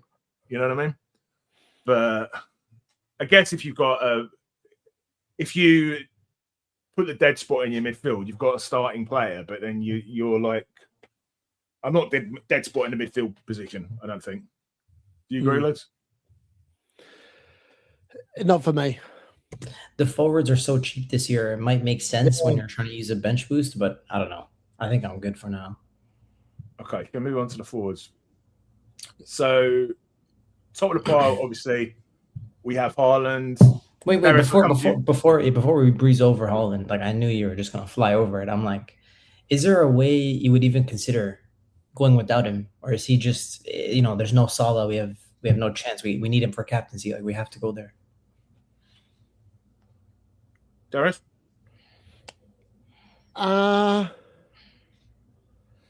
I think you've got to factor in historically that Haaland normally starts like a freight train. Yeah. And just back that in. I think after like game week 8 or 9, if he starts dropping off, I think he's definitely a sell. But I think you start with him. It's easy to pivot away from him because he's the most expensive player in the game by some distance. So I think you start with him and then you can just roll from there. Interesting. Yeah, the way Darius is speaking, he might end up with no Holland, no Bruno, and no Gabriel. So let's see. Possible at some point. Don't worry, I set you up for that one. I'm just kidding. But yeah. So if we go over Haaland, because we discussed him quite a bit. I think he's been discussed widely quite a bit. What's your thoughts on? We'll give you permission to talk about Liverpool. What's your thoughts on Isaac, mate? Well, if you go without Haaland, Isak would be the play, without doubt. I mean, there's only 50% pen share at the moment. I'm sure we'll get more certainty about that throughout the year. The fixtures are excellent. If you're looking for a differential to climb rank immediately, Isak is definitely the play. But minutes are a doubt, penalty share is a doubt. So starting with him is a risk on its own. Any temptation with Isak, Darius? He's going nowhere near my team after last season.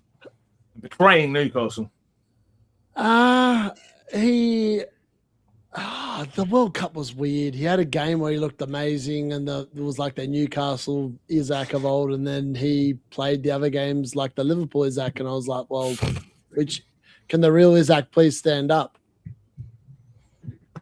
Until I see the real Isak stand up, I ain't going anywhere near there. If he starts like a freight train, though, I think it's probably worth hopping on, but man, it's a bold person to go there straight out the gate. That man is incapable of playing more than one game a week as well, and I just feel like he's an injury waiting to happen. Yeah, we don't have another striker either. So, but the thing is, at the World Cup, he had 4 GA in 4 games. So, just to say that. When's Did they progress? No. When's Ekateke back? I think it's a few months. At least Ekatike. Hugo Ekatike. Who? I think it's going to be at least 3 months. So you've got a nice period of time to really be punting on Isak if you want to be there. So what about if we go down to 8 million, Watkins and Thiago? Bit of a spoiler. Thiago is currently in my draft because I think he's underpriced by about $1 million. I thought he'd come in about 9 million. Kanji, that look in your face. He's on penalties, bro. He's on penalties. He's going to be the only guy in all of FPL Twitter that has Thiago game. Got Tottenham, Leeds, Sunderland, Bournemouth, Chelsea, Villa. Yeah, I guess the fixtures. It's not horrible. The first 3 are not bad fixtures in general. Let's be fair. No, it's just the Spurs defense are not amazing, but he got a lot of penalties last year. He was literally Kanji's wet dream last year. When he was lucky. Every other week he got a penalty. It was amazing. Yeah, it was ridiculous. I felt really lucky to own him because he was just getting pens out of his butt. But realistically, at 8.0, right? If you're considering the 8.0 Thiago, right? Why not just get JP for 7.5? JP only played 30 games and 177 points. They were pretty similar in that sense. So I think if you correct it and you're like, hey, both these guys played 38 games, I think they'd be really similar on points. And Thiago had so many penalties. So and JP's 0.5 cheaper, playing for a better attack, which should get better because it's Rodgers instead of Enzo. So JP is the logical choice at that price, I think. And they're only playing 1 game a week. And we all sorry. That's the biggest point. The biggest point is minutes should be the same between the two. Sorry. I should have said that. Facts, brother. What about Yeah, I think I probably will downgrade him and DCL maybe. You've got DCL unit in your team. No, I'm not at the minute, but I may downgrade Thiago after listening. You're just predicting what FPL reviews going to tell you to do. Well, that's how I roll. That's how I roll, bro. That's how I roll. What about Watkins? Darius, any temptation? No, No, same. not 8 Kanji? mil. If he needed to be dropped like 6. I'm not a fan of Watkins as a player. Never No. been. No. All right, if we move on to 7.5, we've got the fit, obviously, Eka TK. Did I get it right? Yep, I get TK. Come on, Gary. It's fit. Del Pedro, Havertz, and Gyökeres. I mean, considering they'll probably take minutes off each other, I guess Del Pedro's only 7.5 option. Yep. You'd consider.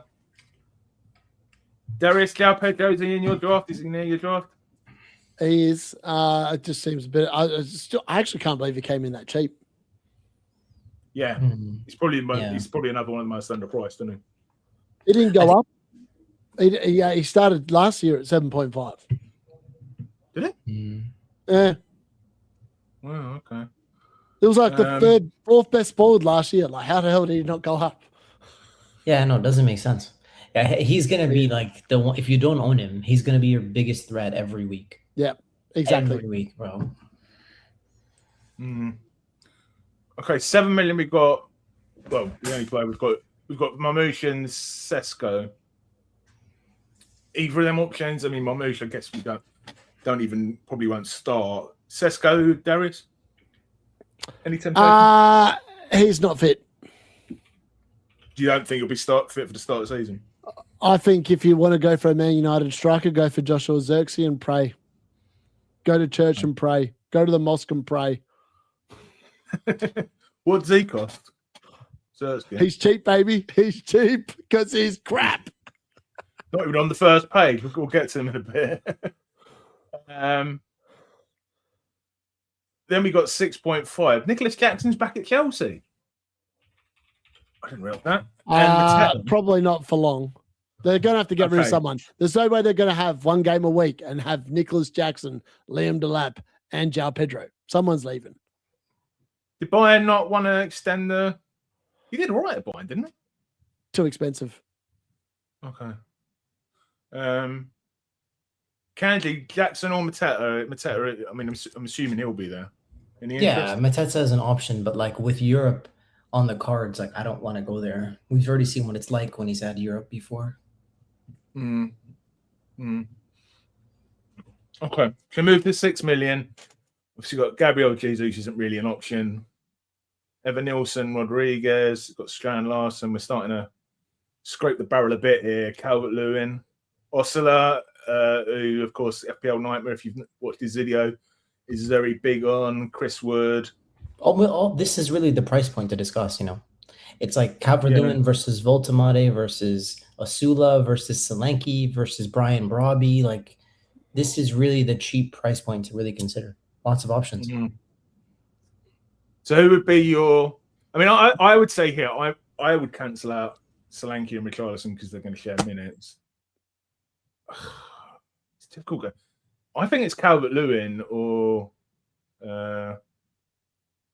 Broby, because I think they're the only two I can be 100% they're going to start. Yeah, I'm just a big fan of X minutes, right? So like, Calvert-Lewin was like, I think he had the second most minutes of any striker in the Premier League last season per 90.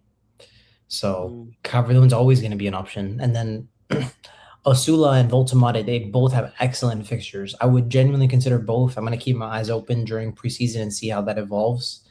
I think Voltamade's on pens, but Nightmare seems to disagree. There was like reports that came out that apparently Osula's on pens. So I don't know. Just something to keep an eye on.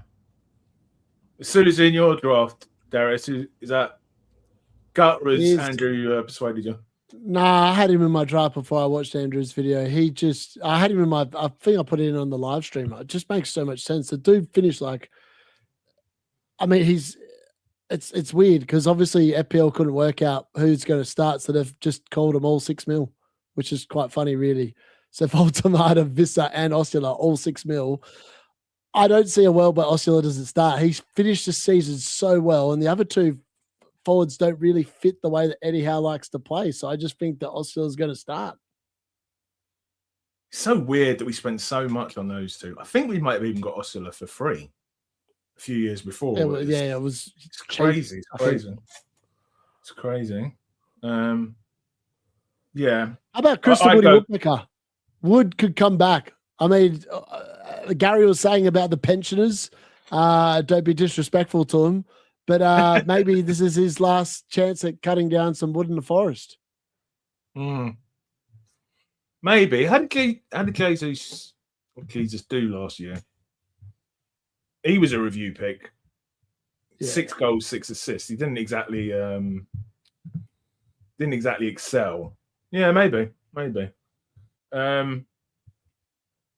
Let's go down to 5.5. I mean, again, when you're getting down to this level, Wilson, Jorginho, Ruta.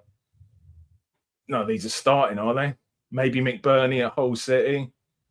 But again, would you agree if you're going below 6, you're burning the position, really? I would not be investing in anyone from a promoted team in the forward line that is asking to be pooped on. Maybe here we go. Zerski's 5.5. Oh, there you go. There's the lock under 6 mil. Joshua Zirkzee is going to start for Man United because no one wants to buy him. We can't get rid of the flog. I'm going to put my bloody mop on. Where is it? I'm going to look for it. How would you not want this sexy man in front of your team at 5.5 mil? He's just going to sit there. He's going to put his mop in the air. He's going to sit there and do a little fake out against Rosenberg and score a couple of goals, baby. That's how it's going to go down. How's Gooey gone up? The lad never. I guess maybe they think he might get loaned out. It's the only logic that makes sense there. Wild. You guys skipped over like Muniz from Fulham because Raul Jimenez left, so he might get the minutes, but we'll see if they buy. Oh yeah, yeah. He was in my draft briefly. I took him out. Interesting. I think 5.5 is a bit too. I don't know. It's not enough time in that position. A bit too much. All right, you think 5.5 is too much? No, I think either you drop it down to 4.5 or you've got to go, and dead end the position, or you go to 6. Yeah, that makes sense. What's the cheapest forward? Like in the game? Is it 4.5 this year again? Yeah. In fairness, I think FPL made a big error here. They should have made Joshua Zirkzee 4. Like, how is that guy 5.5? Like, this dude is the epitome of disappointment. He's like the guy you go out and you go, I'm going to go down and watch my mate play because he's going to do nothing. And you just go down there to show moral support. That's essentially what every Man United fan does when we see Joshua Zirkzee on the team sheet. We go, oh, God. So, lads, any we've been going for around 20 minutes. Before we get on to our drafts, any final thoughts on players? Do you think they've done a good job? To me, it's the same as always. I think you were right. I don't know if it was you who say this, Darius, that they announced. It might have been one of Triggs' videos where he said they announced the 3 players that they've upped the price for, and then everyone else is. Yeah, I said when they came out in the group chat, I was like, they're going to sit there, they're going to release the expensive blokes. I tell you, everyone else will be so cheap, you'll be able to fit them in anyway, and you can. Yeah, genuinely. It's just like Virgil that's gone up maybe 0.1, 0.5. Gabriel, Bruno, and Holland are just really expensive. Everyone else is affordable. Unicorns. Yeah. I think it's all right. I think they've underpriced a couple like Szoboszlai. Few we've talked about, but I think they've overpriced a couple as well. Like last year? How many points did he get last year? He had not many in the Premier League, bro, but he was destroying the Champions League. The funny thing is, so Dirty Dom got his points in the Premier League last year, and if you take away 40 of the points, that's the DC points taken off. He ended up with not very many points, is the honest answer, because Liverpool got 1 penalty all season, and I can tell you what happened to the penalty. Gary held his beer and he lost his beer because the ball didn't go in the goal, did it? Yeah, well, he had 9 returns from 12 in the Champions League. And then he had 13 returns from 36 in the Prem. So it's like, it's okay. Okay, let's get on to our draw. So we'll start with yours, Kanji, which I've got on the slide here. Okay, so this is like my base team. Essentially, I want to Kanji, build my... Yeah, of course. I need to do this, my friend, because we were actually going to be on audio podcast now. I know I always do this anyway, but we're going to be on Spotify, Amazon, all of that stuff. If I remember to upload the bloody episode before I go to bed. So Kanji, this is Kanji's drafting. So he's got some blank spots in here. So he's got Kinski in goal. His second goalkeeper spot at the minute is blank. He's got Mascara, Robinson, and how do I say this one? Jacquet. Yeah. Jacquet in defence with 2 blank spots. He's got Palmer in Dye, Szoboszlai and Fernandez in midfield with 1 blank spot. And then he's got Haaland, Calvert-Lewin, and another blank spot. So do you want to talk through it, mate, while I quickly let the dog out? This isn't a draft. This is a half-assed piece of crap. It's the bits of drafted Gary. It doesn't even have all the players in it. You got 5 players missing, man. You're going to roll into game week 1 with 10 players. Come on, Kanji, turn it up. Well, basically, it's oh my god. Okay, let me He's got nothing. He's got nothing, folks. He's like, I ran out of Liverpool players to put in my team. I don't know what else to put in. I've only put 2 in, bro. There's another spot. Yeah, anyways. But that's a great point. I might put Gravenberch in there at 6 in the last one. Oh, God. All right, I'm just kidding. I'm kidding. Okay, all right, okay. He's being serious, folks. Essentially, what I do have, if you can actually see the screen, I just have Morgan Gibbs-White and everyone else is a dead spot. That's essentially my current first draft. Okay. The issue that I have is that I just consistently remember how poor it is to have a bench boost. And I'm wondering if I should just get the bench boost out the way. And I think these are the players that I don't want to touch. And I'll walk you through why I think they're the most important players first. So we'll start off with my 2 attackers. Calvert-Lewin at 6.0, he's going to be playing 90 minutes and on penalties. He's just really good value. I think he should have been at 6.5 because his minutes are better than everyone else at 6. But at 6, I think should we just admit that it was the graphic last year of the DCL unit that made you want to pick the DCL unit, baby. Come on. The DCL unit, he makes a return into the team. In fact, he's an essential pick. He's not essential because he's not baby. He's not if you're essential. not listening to me, you've lost the plot. Yeah, I really wish that was João Pedro every time I look at my team, but my money's in Palmer and Bruno. Anyway, so Calvert-Lewin is there. Haaland is obvious. You need there for captaincy. Bruno and Palmer are combined, those 3, Palmer, Bruno, and Haaland, because that's my captaincy rotation. Haaland in 1, Bruno in 2, Haaland in 3, Palmer in 4. Take a pause, go look at the fixtures. You'll understand what I mean. So those are going to be, that's why those 3 are in the team. And Ndiaye and Szoboszlai, I think, are the most underpriced. So that's why those guys are in there. In terms of the defense, Mosquera is there because I think you need to cover up Arsenal. Like, Arsenal are the best defense in the league without doubt. So Mosquera is sitting there covering that up for now, assuming that he has good minutes. And then Anthony Robinson, I think people will forget, but he took a penalty against Wolves in game week 36 or 37 last year. So if he has pen share as a defender, like, I have to include him in my team. I don't want to start him every game because he's a defender for Fulham, has no def cons, but I do want to include him in a rotation. And then Jacquet is very obvious. The fact that there's a 1.5 price difference between him and Van Dijk. If we don't sign another center back, then Jacquet is going to be used and abused because we don't have anyone else to play. So he has to be there. The center backs for Iriola have been hitting def cons at over 60%. And I think Liverpool will keep over 10 clean sheets. If he just gets 1 or 2 goals and assists randomly from a set piece from Szoboszlai, then that's it. That I'm sitting there with both those guys in my team. And Kinski, I think I'm expecting Spurs to rebound. They've had a lot of good signings. They signed Senesi. They signed Van Heck. They signed Robertson from Liverpool. They signed Matthias Fernandez. Like, they signed Tonali. Like, I do think Kinski at 4.5 is just excellent value if he's starting. So that's why I've picked the players that I have. But if I go with the bench boost strategy, if Gary, if you could move it to the next slide.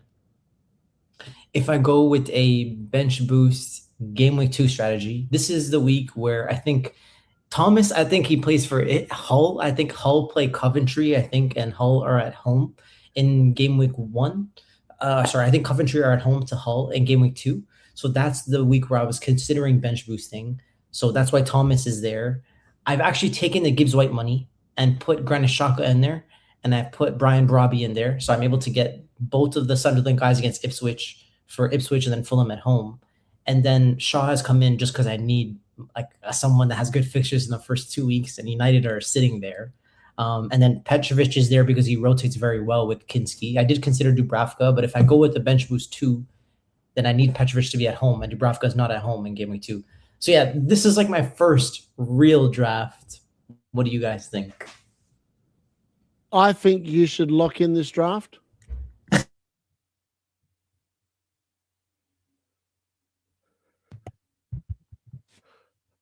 Did Kanji go mute? What happened? I don't know. Something just happened. I think it was the internet. I couldn't hear anything. Now I can hear it again. I was like, my headphones gone. I've just read out the results of the poll before we get on Kanji Josh. So Dirty Dom 63%, Foden 34%, Rashford 3.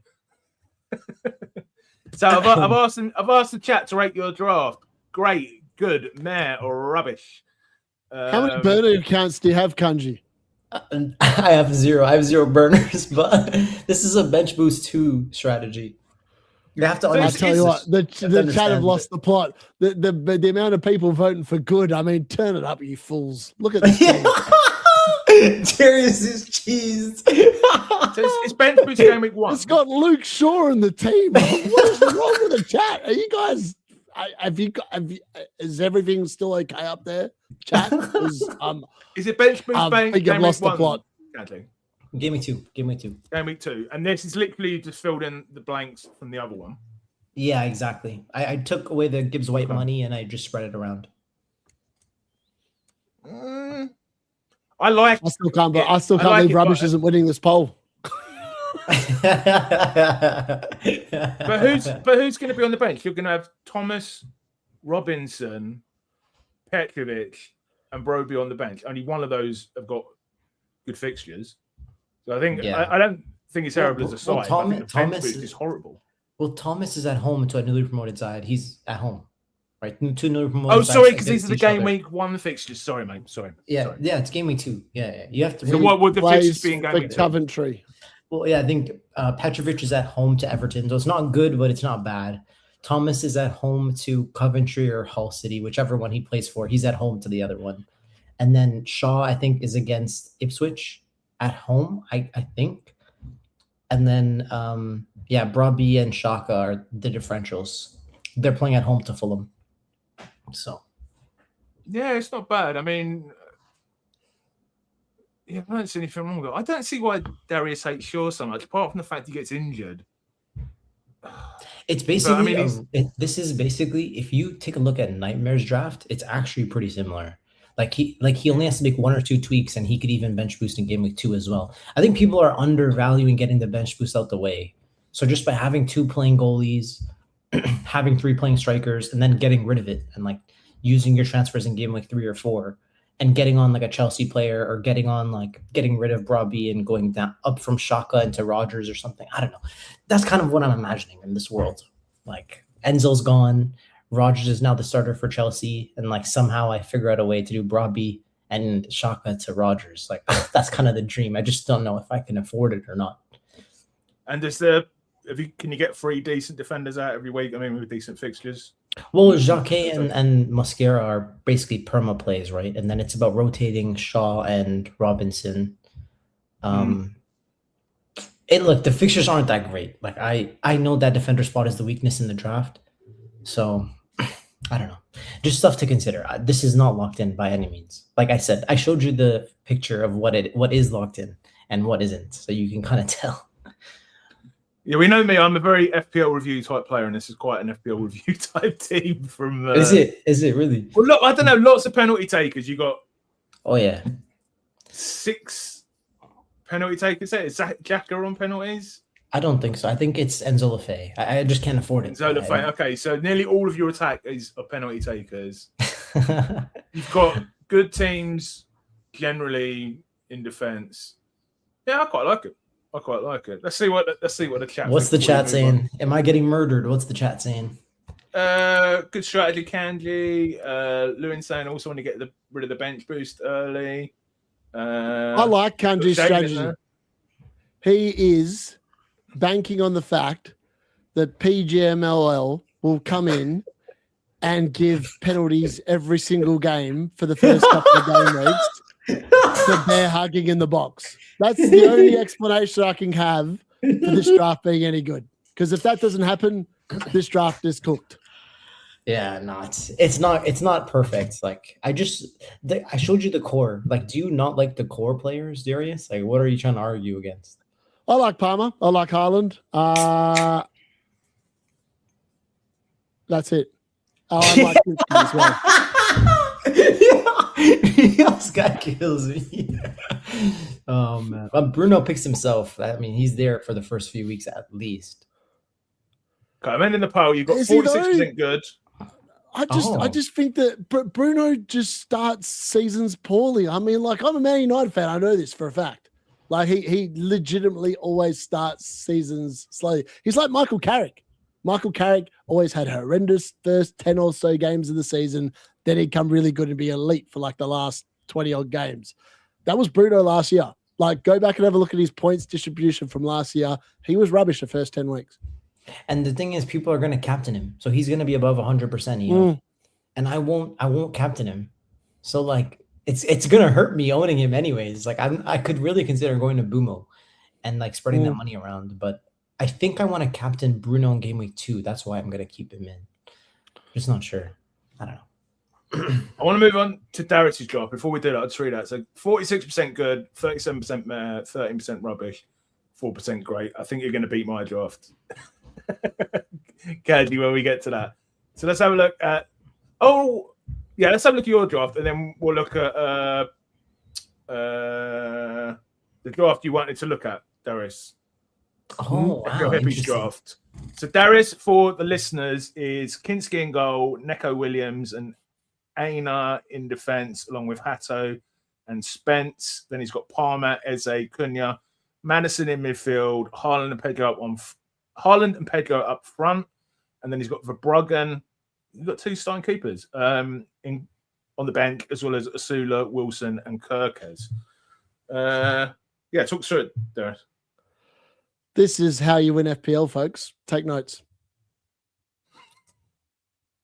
Is that it? Actually, that's all I got to say. I was like, last year, I didn't really know where I was going. But this year, I've got a goal. We're back in business. Top 100 is the aim. This draft is going to get me off to a hot start. I'm skipping out on Bruno, funneling the rest of the funds around in the midfield and the defense. Obviously, my defense is a starting defense. I like Kanji's, which is mythical and based on promoted teams not getting absolutely slaughtered. We all know that's a folly. So look, double Forest defense. They burnt me last year.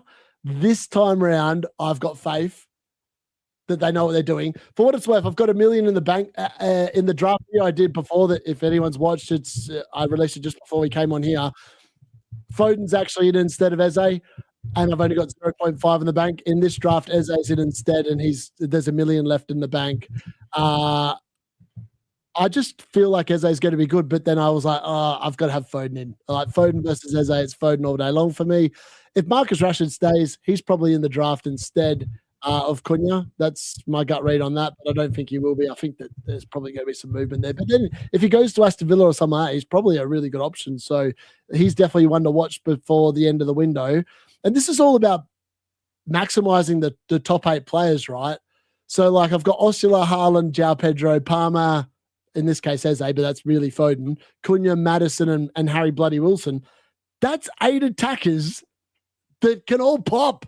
That can all go over 10 points in any game week.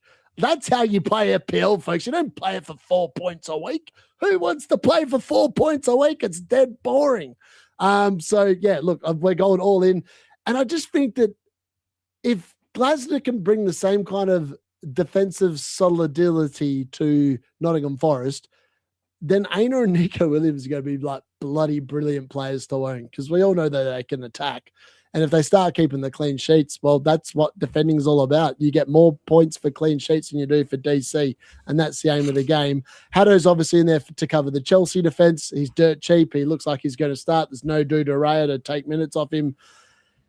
And then I'm backing in Spurs, which feels really bloody weird, but they've only got one game a week. Triple Spurs, baby. Double Spurs. Like, they've only got one game. Forest. You've got to back in the players that don't have games like midweek. Forest aren't going to have any games midweek this year. Neither are Chelsea. Neither are Spurs. When the games come midweek, I'm going to be cooking points because the team's already set up for it. See, I like it as a differential thing, but it's got 2 points. One, you've got 2 Nottingham Forest defenders when they're opening fixtures are Leeds, Liverpool, Spurs, and Aston Villa. And secondly, are you planning the bench boost early? Because that is a lot of money to have on the bench. We all know I like money on the bench. You do, but presumably then you'll assume it just means that I can at some point during the season before I wildcard, I can play my bench boost and then sort it out afterwards. That's the plan. I don't want to have to sit there and set the team up for a bench boost and force myself into an early wildcard and then be like, oh crap, I wish I had it a bit later on.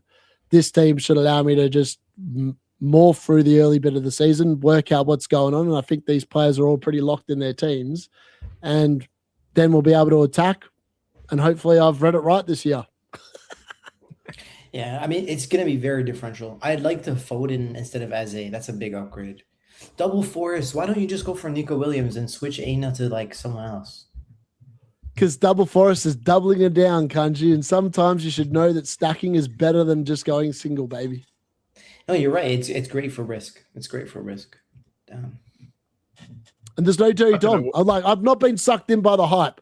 Like, as I said there, most of Dirty Dom's points last year came from when he played at right back and got DC. He ain't going to be playing right back this year.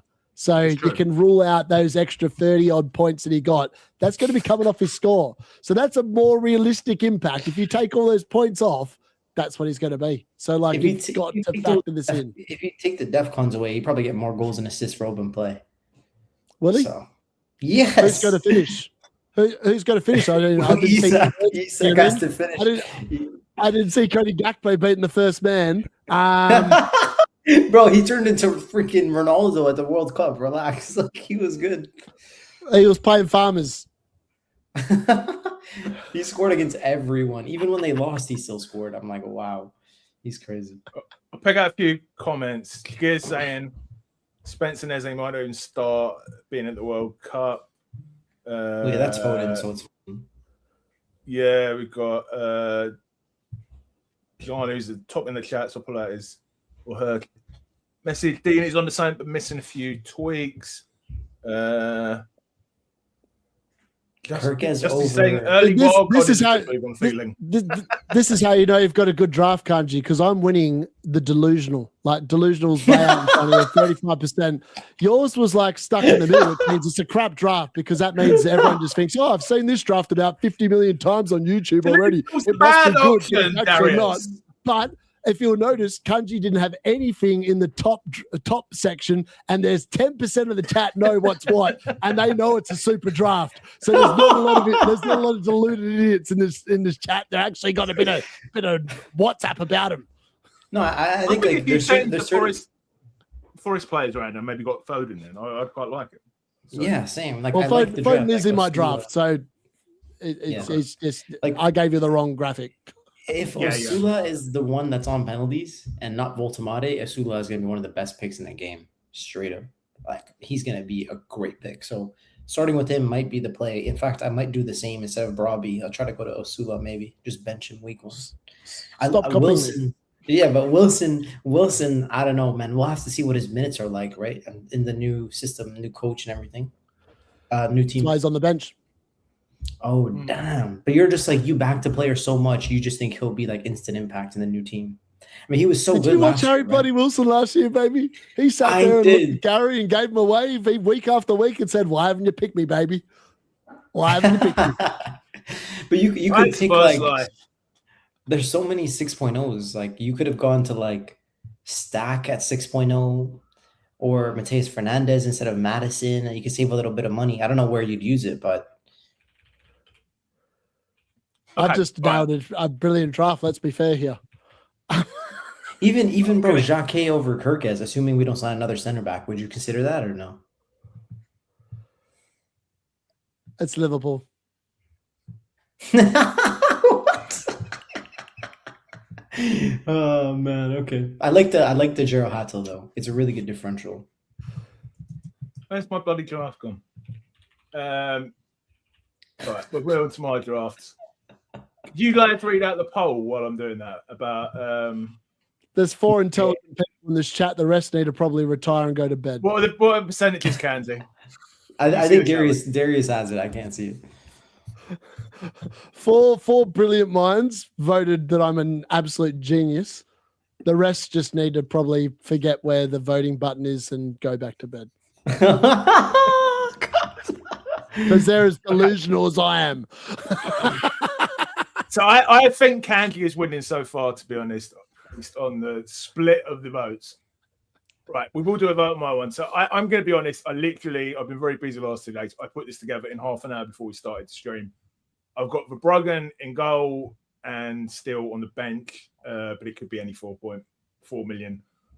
Shaw, Neco Williams, Mascara in defence, along with Ballard and O'Shea. Croupier Jr., Madison, Fernandez, Njai, Szoboszlai in midfield, and Thiago and Haaland up front. And I've dead spotted with this guy, Burstow, but it could be anyone. It's just a 4.5 million midfielder.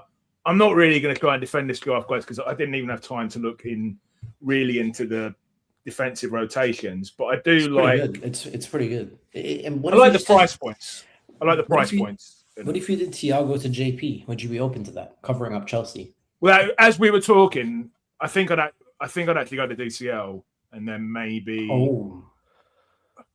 I don't want to start messing around with the draft. It's so early. I don't want to start messing around with the draft on the stream, but maybe upgrade a defender or upgrade Croupier. Maybe upgrade Croupier to Semenyo. I'd quite like Semenyo, so I might do that. But double Man City. What are you bench boosting with that bench? What is that? Not game week one. Not game week one. I'm not having a bloody starting forward and spending an extra 2 million there for a chip that's probably going to get me 10 points. 10 points and probably 2 points of the starting. No way. I'm going to wait till after a wild card. What do you think? I will do a quick poll on myself. It has to be done. Lads, thoughts while I write in this poll? It's good, just no depth, so it's not good. I think Colm's realizing that he's stuffed up by saying he had 2 the same from me and Kanji's drafts, but 4 from Gary's, which means he's cooked. So it's actually pretty good though. It's actually pretty good. Is it? Yeah. He has all of the pen takers except Madison. Madison's good too. Kanji, I've got to bring it back to some sort of reality here. How often do we see penalties in the Premier League? Like per match week? Like, let's go per game week. How many penalties on average do we get?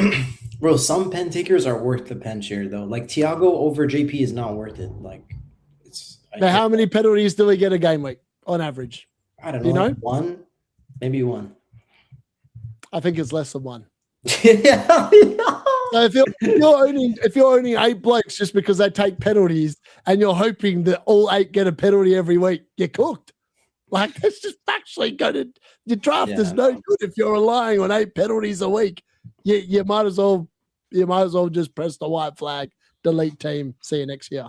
And this draft is weird because there's no Chelsea, like not a single Chelsea. That's crazy. Yeah, Gary doesn't believe in points. I've got rate my draft. He's a genius. Good average. What a D. K. Yeah, no, I quite like it. And you guys know that I'm very much an AI manager. It will probably all change around. This was just something Madison probably won't be in there by game week 1. And he's just waiting for the red button, folks. Red button. Yeah, just waiting for my solve button to come out. I should put together a Solio team because that is out, isn't it? Just so we could compare what the AI is sort of the early algorithms are saying, but then they'll change as well. But can we have a look? Darius, do you want to put up? You wanted to put up FPL Hippies draft, didn't you? Yes, I've got Hippie's draft. Wait, before you do that, I did notice both Yeah. you guys have Nico Williams in your draft. Could you guys discuss that? He scores goals, baby. He scores goals. Expecting Forest defense to improve, but not enough to have two of them in. So you expect him to basically take Munoz's position in the system? Like a 3-back with him being the furthest forward, eh? Possibly. Yeah. I mean, look, I like Glasner's system, so I'm. It's nice to see you guys backing him. Oh, I see what you mean. Yeah, I think 5 million is just a good price. Mm-hmm. It is a good price because like Munoz is always 5.5. So I don't know how he. 77 pens last season. There's 38 games and there's 38 game weeks and there's 10 games a week. That's 380 games. 2 pens. It was 2 pens a week. 2 pens a week. I mean, that's a lot of penalty takers for not much reward. Yeah, 2 goals out of I don't know how many are scored in a week. Probably a lot. Have you put it in the chat there, Darius? Yep. Okay, cool. Right. So this is not my draft. That's my draft for rating my draft. Why is it not letting me put it on? Did you end the last poll? No, I'm not. I'm not doing a poll yet. I'm just trying to get Hippie's draft up. So apologies for this being quite small. But so this is FPL Hippie, good friend, channel member. He's got Raya in goal, as well as Kinski. He's got Shaw. He's got 5 at the back here. Shaw, Mascara, Gabriel, Jacquet, Neco Williams. He's got 2 in midfield, so Bosley and Bruno Fernandes. He's got João Pedro, Haaland, and Broby up front. And he's got on the bench Crooks, Zambano, and Slater, who all play for Hull. That's Hull's kit, isn't it? Yeah, Darius, obviously you've been in touch with Hippie here to get us this draft. What's Hippie thinking? Yeah, so Hippie obviously has been listening to Kanji a bit too much and has got a lot of penalty takers in there. I did tell him that Luke Shaw was a dud pick, and he assures me that he's got Haddo as a backup. And hold on, I can't do that because I'm going to actually show the chat what I'm talking to Hippie about. Yeah. But I won't do that. I quite like it. I don't mind the Arsenal stacking. If you really believe Arsenal are going to keep a clean sheet, I can see it. I can't see it myself, which is why I don't own any of them. And I did ask about the triple Hull bench, and Hippie gave me an interesting answer, and I was like, okay. Yeah, the whole bench is. Why has he got so many Hull players? Probably because they're going to score goals. Maybe they're all midfielders. Does Hippie reside from Hull? I don't know. I actually don't know. I don't know. That's a question for Hippie. I don't know. I don't know if he's still in the chat. I saw him in there earlier on. Maybe you could tell us in the comments if he watches back. Gary's draft needs a wild card. Love it. Yeah. You might as well have a robot picking it for you. Who gets the credit? The robot. Wait. So this team is actually really interesting, though, because he's gone for like triple Arsenal defense. He went with Jacquet, who I think is a great pick, and Nico Williams. Both you guys have him. And Shaw is like the guy that has good fixtures. Like he's like the short-term pick. So all those Hull players must be midfielders, mustn't they? All of them, yeah. Yeah. So presumably they're all about 4.5. Maybe he's on bench boost game week 2. Who knows? He has 2 playing goalies as well. Yeah, maybe. Damn, I was back in the other team, and he's back in the other team. Oh God. Someone's gonna win, or you're both gonna lose. Yeah. Oh God. I do watch football, Darius. So I watched all of the England matches. You're in the World Cup. I did. I was very proud of myself. Yeah. Okay. What do we rate Hippie's draft, lads? We'll rate it instead of the chat. I'm going to give this 5. Wow. If this is better like than yours, so yours must be like a 4. It's completely impractical. He's got 3 whole midfielders, for God's sake. If he's on better than some of your players. If he's on bench boost in game week 2, then I think this is an 8 out of 10. But if he's not, then this is like a 5 out of 10. Yeah. But if he's a bench boost, I guess you give him a bit more. Darius, what do you rate it? I don't mind it. As I said, if it just didn't have Luke Shaw in it, I understand what he's trying to do with it, and I think it's actually got some merit behind it. I just think that the Luke Shaw pick just rankles my brain. Luke Shaw is your problem of the 5 freehold midfielders. Yeah, they're probably going to play, and Luke Shaw will probably get injured 30 minutes in, and then he won't be playing. Facts.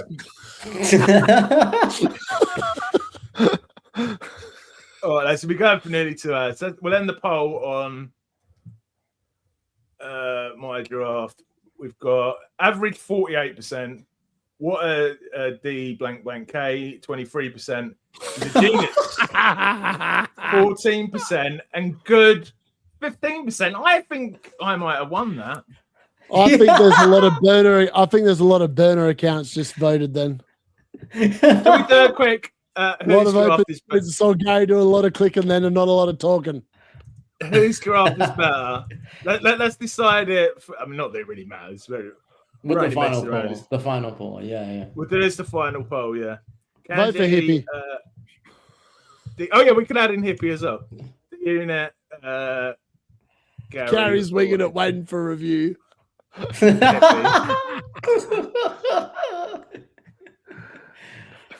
Yeah, well, there's no point making a proper draft till the old review comes out. Come on now. Yo, I wonder if I just roll in with this team and just back in my initial judgment and just look at Cook. It's so weird over pre-season, isn't it? Because you look back at your first draft. This is before I even started using FPL Review. It goes through so many different versions, you know what I mean? And it's like by the team you end up with at the end almost inevitably looks almost nothing like the one you had at the start, given a couple of picks, you know what I mean? I just feel like with World Cup Fantasy, I sat there and I picked the team and that's the team. Like I didn't piss around with it and I'm like, that's the team I've just picked today. If I just roll in with it, maybe that is the secret to success. Maybe you should don't overthink it, just do it. Maybe you should just do that the day before the deadline, you know? Go to the deadline. You got to make some more content. That's the problem. Also, the more content I make, the more I sit there and go, oh, actually, you know what? That player looks half decent. He could be on penalties. If you did a 10-minute analysis on Foden, I think it would do really well. Mate, I would sell everyone Phil Foden. He wouldn't be a differential anymore. I can't afford to do that. I want to keep that 7.0 price point in my team. Like whether it's Bruno G or Foden as my last mid, I want to get there. Okay, I'll give people a couple more minutes to vote. Currently, I'm getting thrashed. Between you and Hippie are like you, Kanji, and Hippie are going like that in the polls. I just said my WhatsApp chat. All the birders get on the blower. Oh yeah, you've got your whole cold to go behind you. Maybe I'll be like, vote for Gary, folks. He's feeling bad. I'm feeling very good. So yeah, I'll just give a quick channel update. So I wanted to do a lock-in today because obviously the game's just launched and stuff. I don't know if we'll be doing another lock-in. So for anyone who's new around here, please like and subscribe and all that stuff. We usually, lads, we do a reaction stream, don't we, every Saturday when we're very emotional. Darius has usually finished his watch-alongs. So this is the Saturday when the football is on, and then we come on and we react to the games. We review the games. We see how we're getting on, and the other podcast lads are getting on. So we may do another look in between now and the first Saturday of the season, but I doubt it. But the podcast will be coming weekly between now and the start of the season. This week I should be doing one with Trig. I think we provisionally said we're going to do it on Thursday night. So please do. It'll be the first. Please do join us if you can. It'll be the first stream I've done with Trig this season. It'll be quite exciting. And we're also excited to get Andrew and Roberto and our new signing FPL Punk on at some point as well. Lads, where can we find you before we go off? Thanks. It's been a fun show. Fun. Been a while, but it's been good fun. Darius, where can we find you, my friend? FPLD unit _ in there somewhere. Can't remember where. Probably where it says in my name there. The _ unit. If you haven't already gone and watched my channel, go and do it. You'll probably never watch a cartel member again because I speak truth. I don't speak bullshit. Sorry, Gary, I had to put a swear word in there somewhere because this is the Lock-In, baby. Yeah, that's where you can find me. So there we go. Swore. So we had a chat beforehand. Don't swear, Darius. You swore 3 times in the first 10 minutes. I did swear. When did I swear? That was the first. You said the PIS. You said the PISS word twice, but I know that's not a swear word. Piss is piss. I'm gonna go take a piss. That is not a swear word. It's just a factual. I'm pissing. I got done for saying crap the other day. Well, anyway, that's because it's your voice. YouTube doesn't like your voice. I've got a sexy voice. I've got a sexy Australian voice that's mongrel with a bit of British YouTube. Yeah, no, you're right. Yeah, Aussies are party man. We can't see when I asked Darius not to swear. I basically mean try and keep it below like 1 every 5 minutes. Do you know what I mean? That's Darius. Done a pretty good job, I reckon. I think you missed the thing though because you put your FPL rank from last season. You should have said like top 100 from the World Cup in your title. I don't want to sit there and gloat too much. People that followed my World Cup journey know who the bloody GOAT is here, and it's we know who the World Cup GOAT is. But now you're back where the big boys play. And I'm going to win, baby. I'm here to win. I'm taking you all down. And last year, I was like, I just made Nightmare feel a bit better by hanging down the bottom with him. This year, I'm like going, you know what? There's only so many weeks you can put up with Gary and Trig Gary gloating about being crap and picking DC players. So I'm picking exciting players. I'm going to smoke them both. And I'm going to be sitting there at the end of the season going, you should have followed the D unit strategy, baby. I'm back. Yo, we need to make a forfeit for this year. Like whoever loses actually has to do something. Because last year it would have been Darius, but we didn't actually set anything up. What about out of us 3 or out of all 8 of us? Or 7 well, up to you. I don't mind. But we should have a forfeit though. Okay. Let's talk about this when I've not had 4 beers. Okay. I reckon it's time to end the poll, Gary. Yes, that's no, you're winning in a minute. Gary's like, quick, get the burners on, get the burners on. You're miles behind. You got no chance. You got no chance. I think Kanji's draft is very good. Vote Kanji. I'm going to say. Kanji, where can we find you? Where can we find him, my friend, apart from there? You can find me on Twitter at Kanji FPL. And thanks, Kanji, so much for jumping on twice for me this week, mate. It's been yeah, of course. I'm always glad to chat. It's been a vibe as usual. Darius, it's nice to have you back, brother. It's good to be back, baby. It's good to be back. My chat hate me. I say vote for Kanji, and then they vote more for D Unit. They're just trolling at this point. Whose draft is better? D Unit 36%, Kanji 30%. Hippie's bloody 3 midfielders from Hull has beaten me, and Gary 11%. You see, I think that's your burner account, mates, because when we actually rated the draft, my one came out on top. So that's because all your burners are on. You forgot to turn them on for the last vote. Lads, anything you want to say before we finish? No, just if you want to follow the top content creator this year, you know who to follow, baby. It's me. Yo, Darius actually looks hilarious, bro. The guy's wearing a spacesuit today. It must be so hot over there. No, it's cold. He's basically wearing a onesie that's lost its bottom. Cheers, everyone. Please join myself and Trig on Thursday for, I guess, the first proper podcast of the season. This was the first proper one. What are you on about? This is the Lock-In.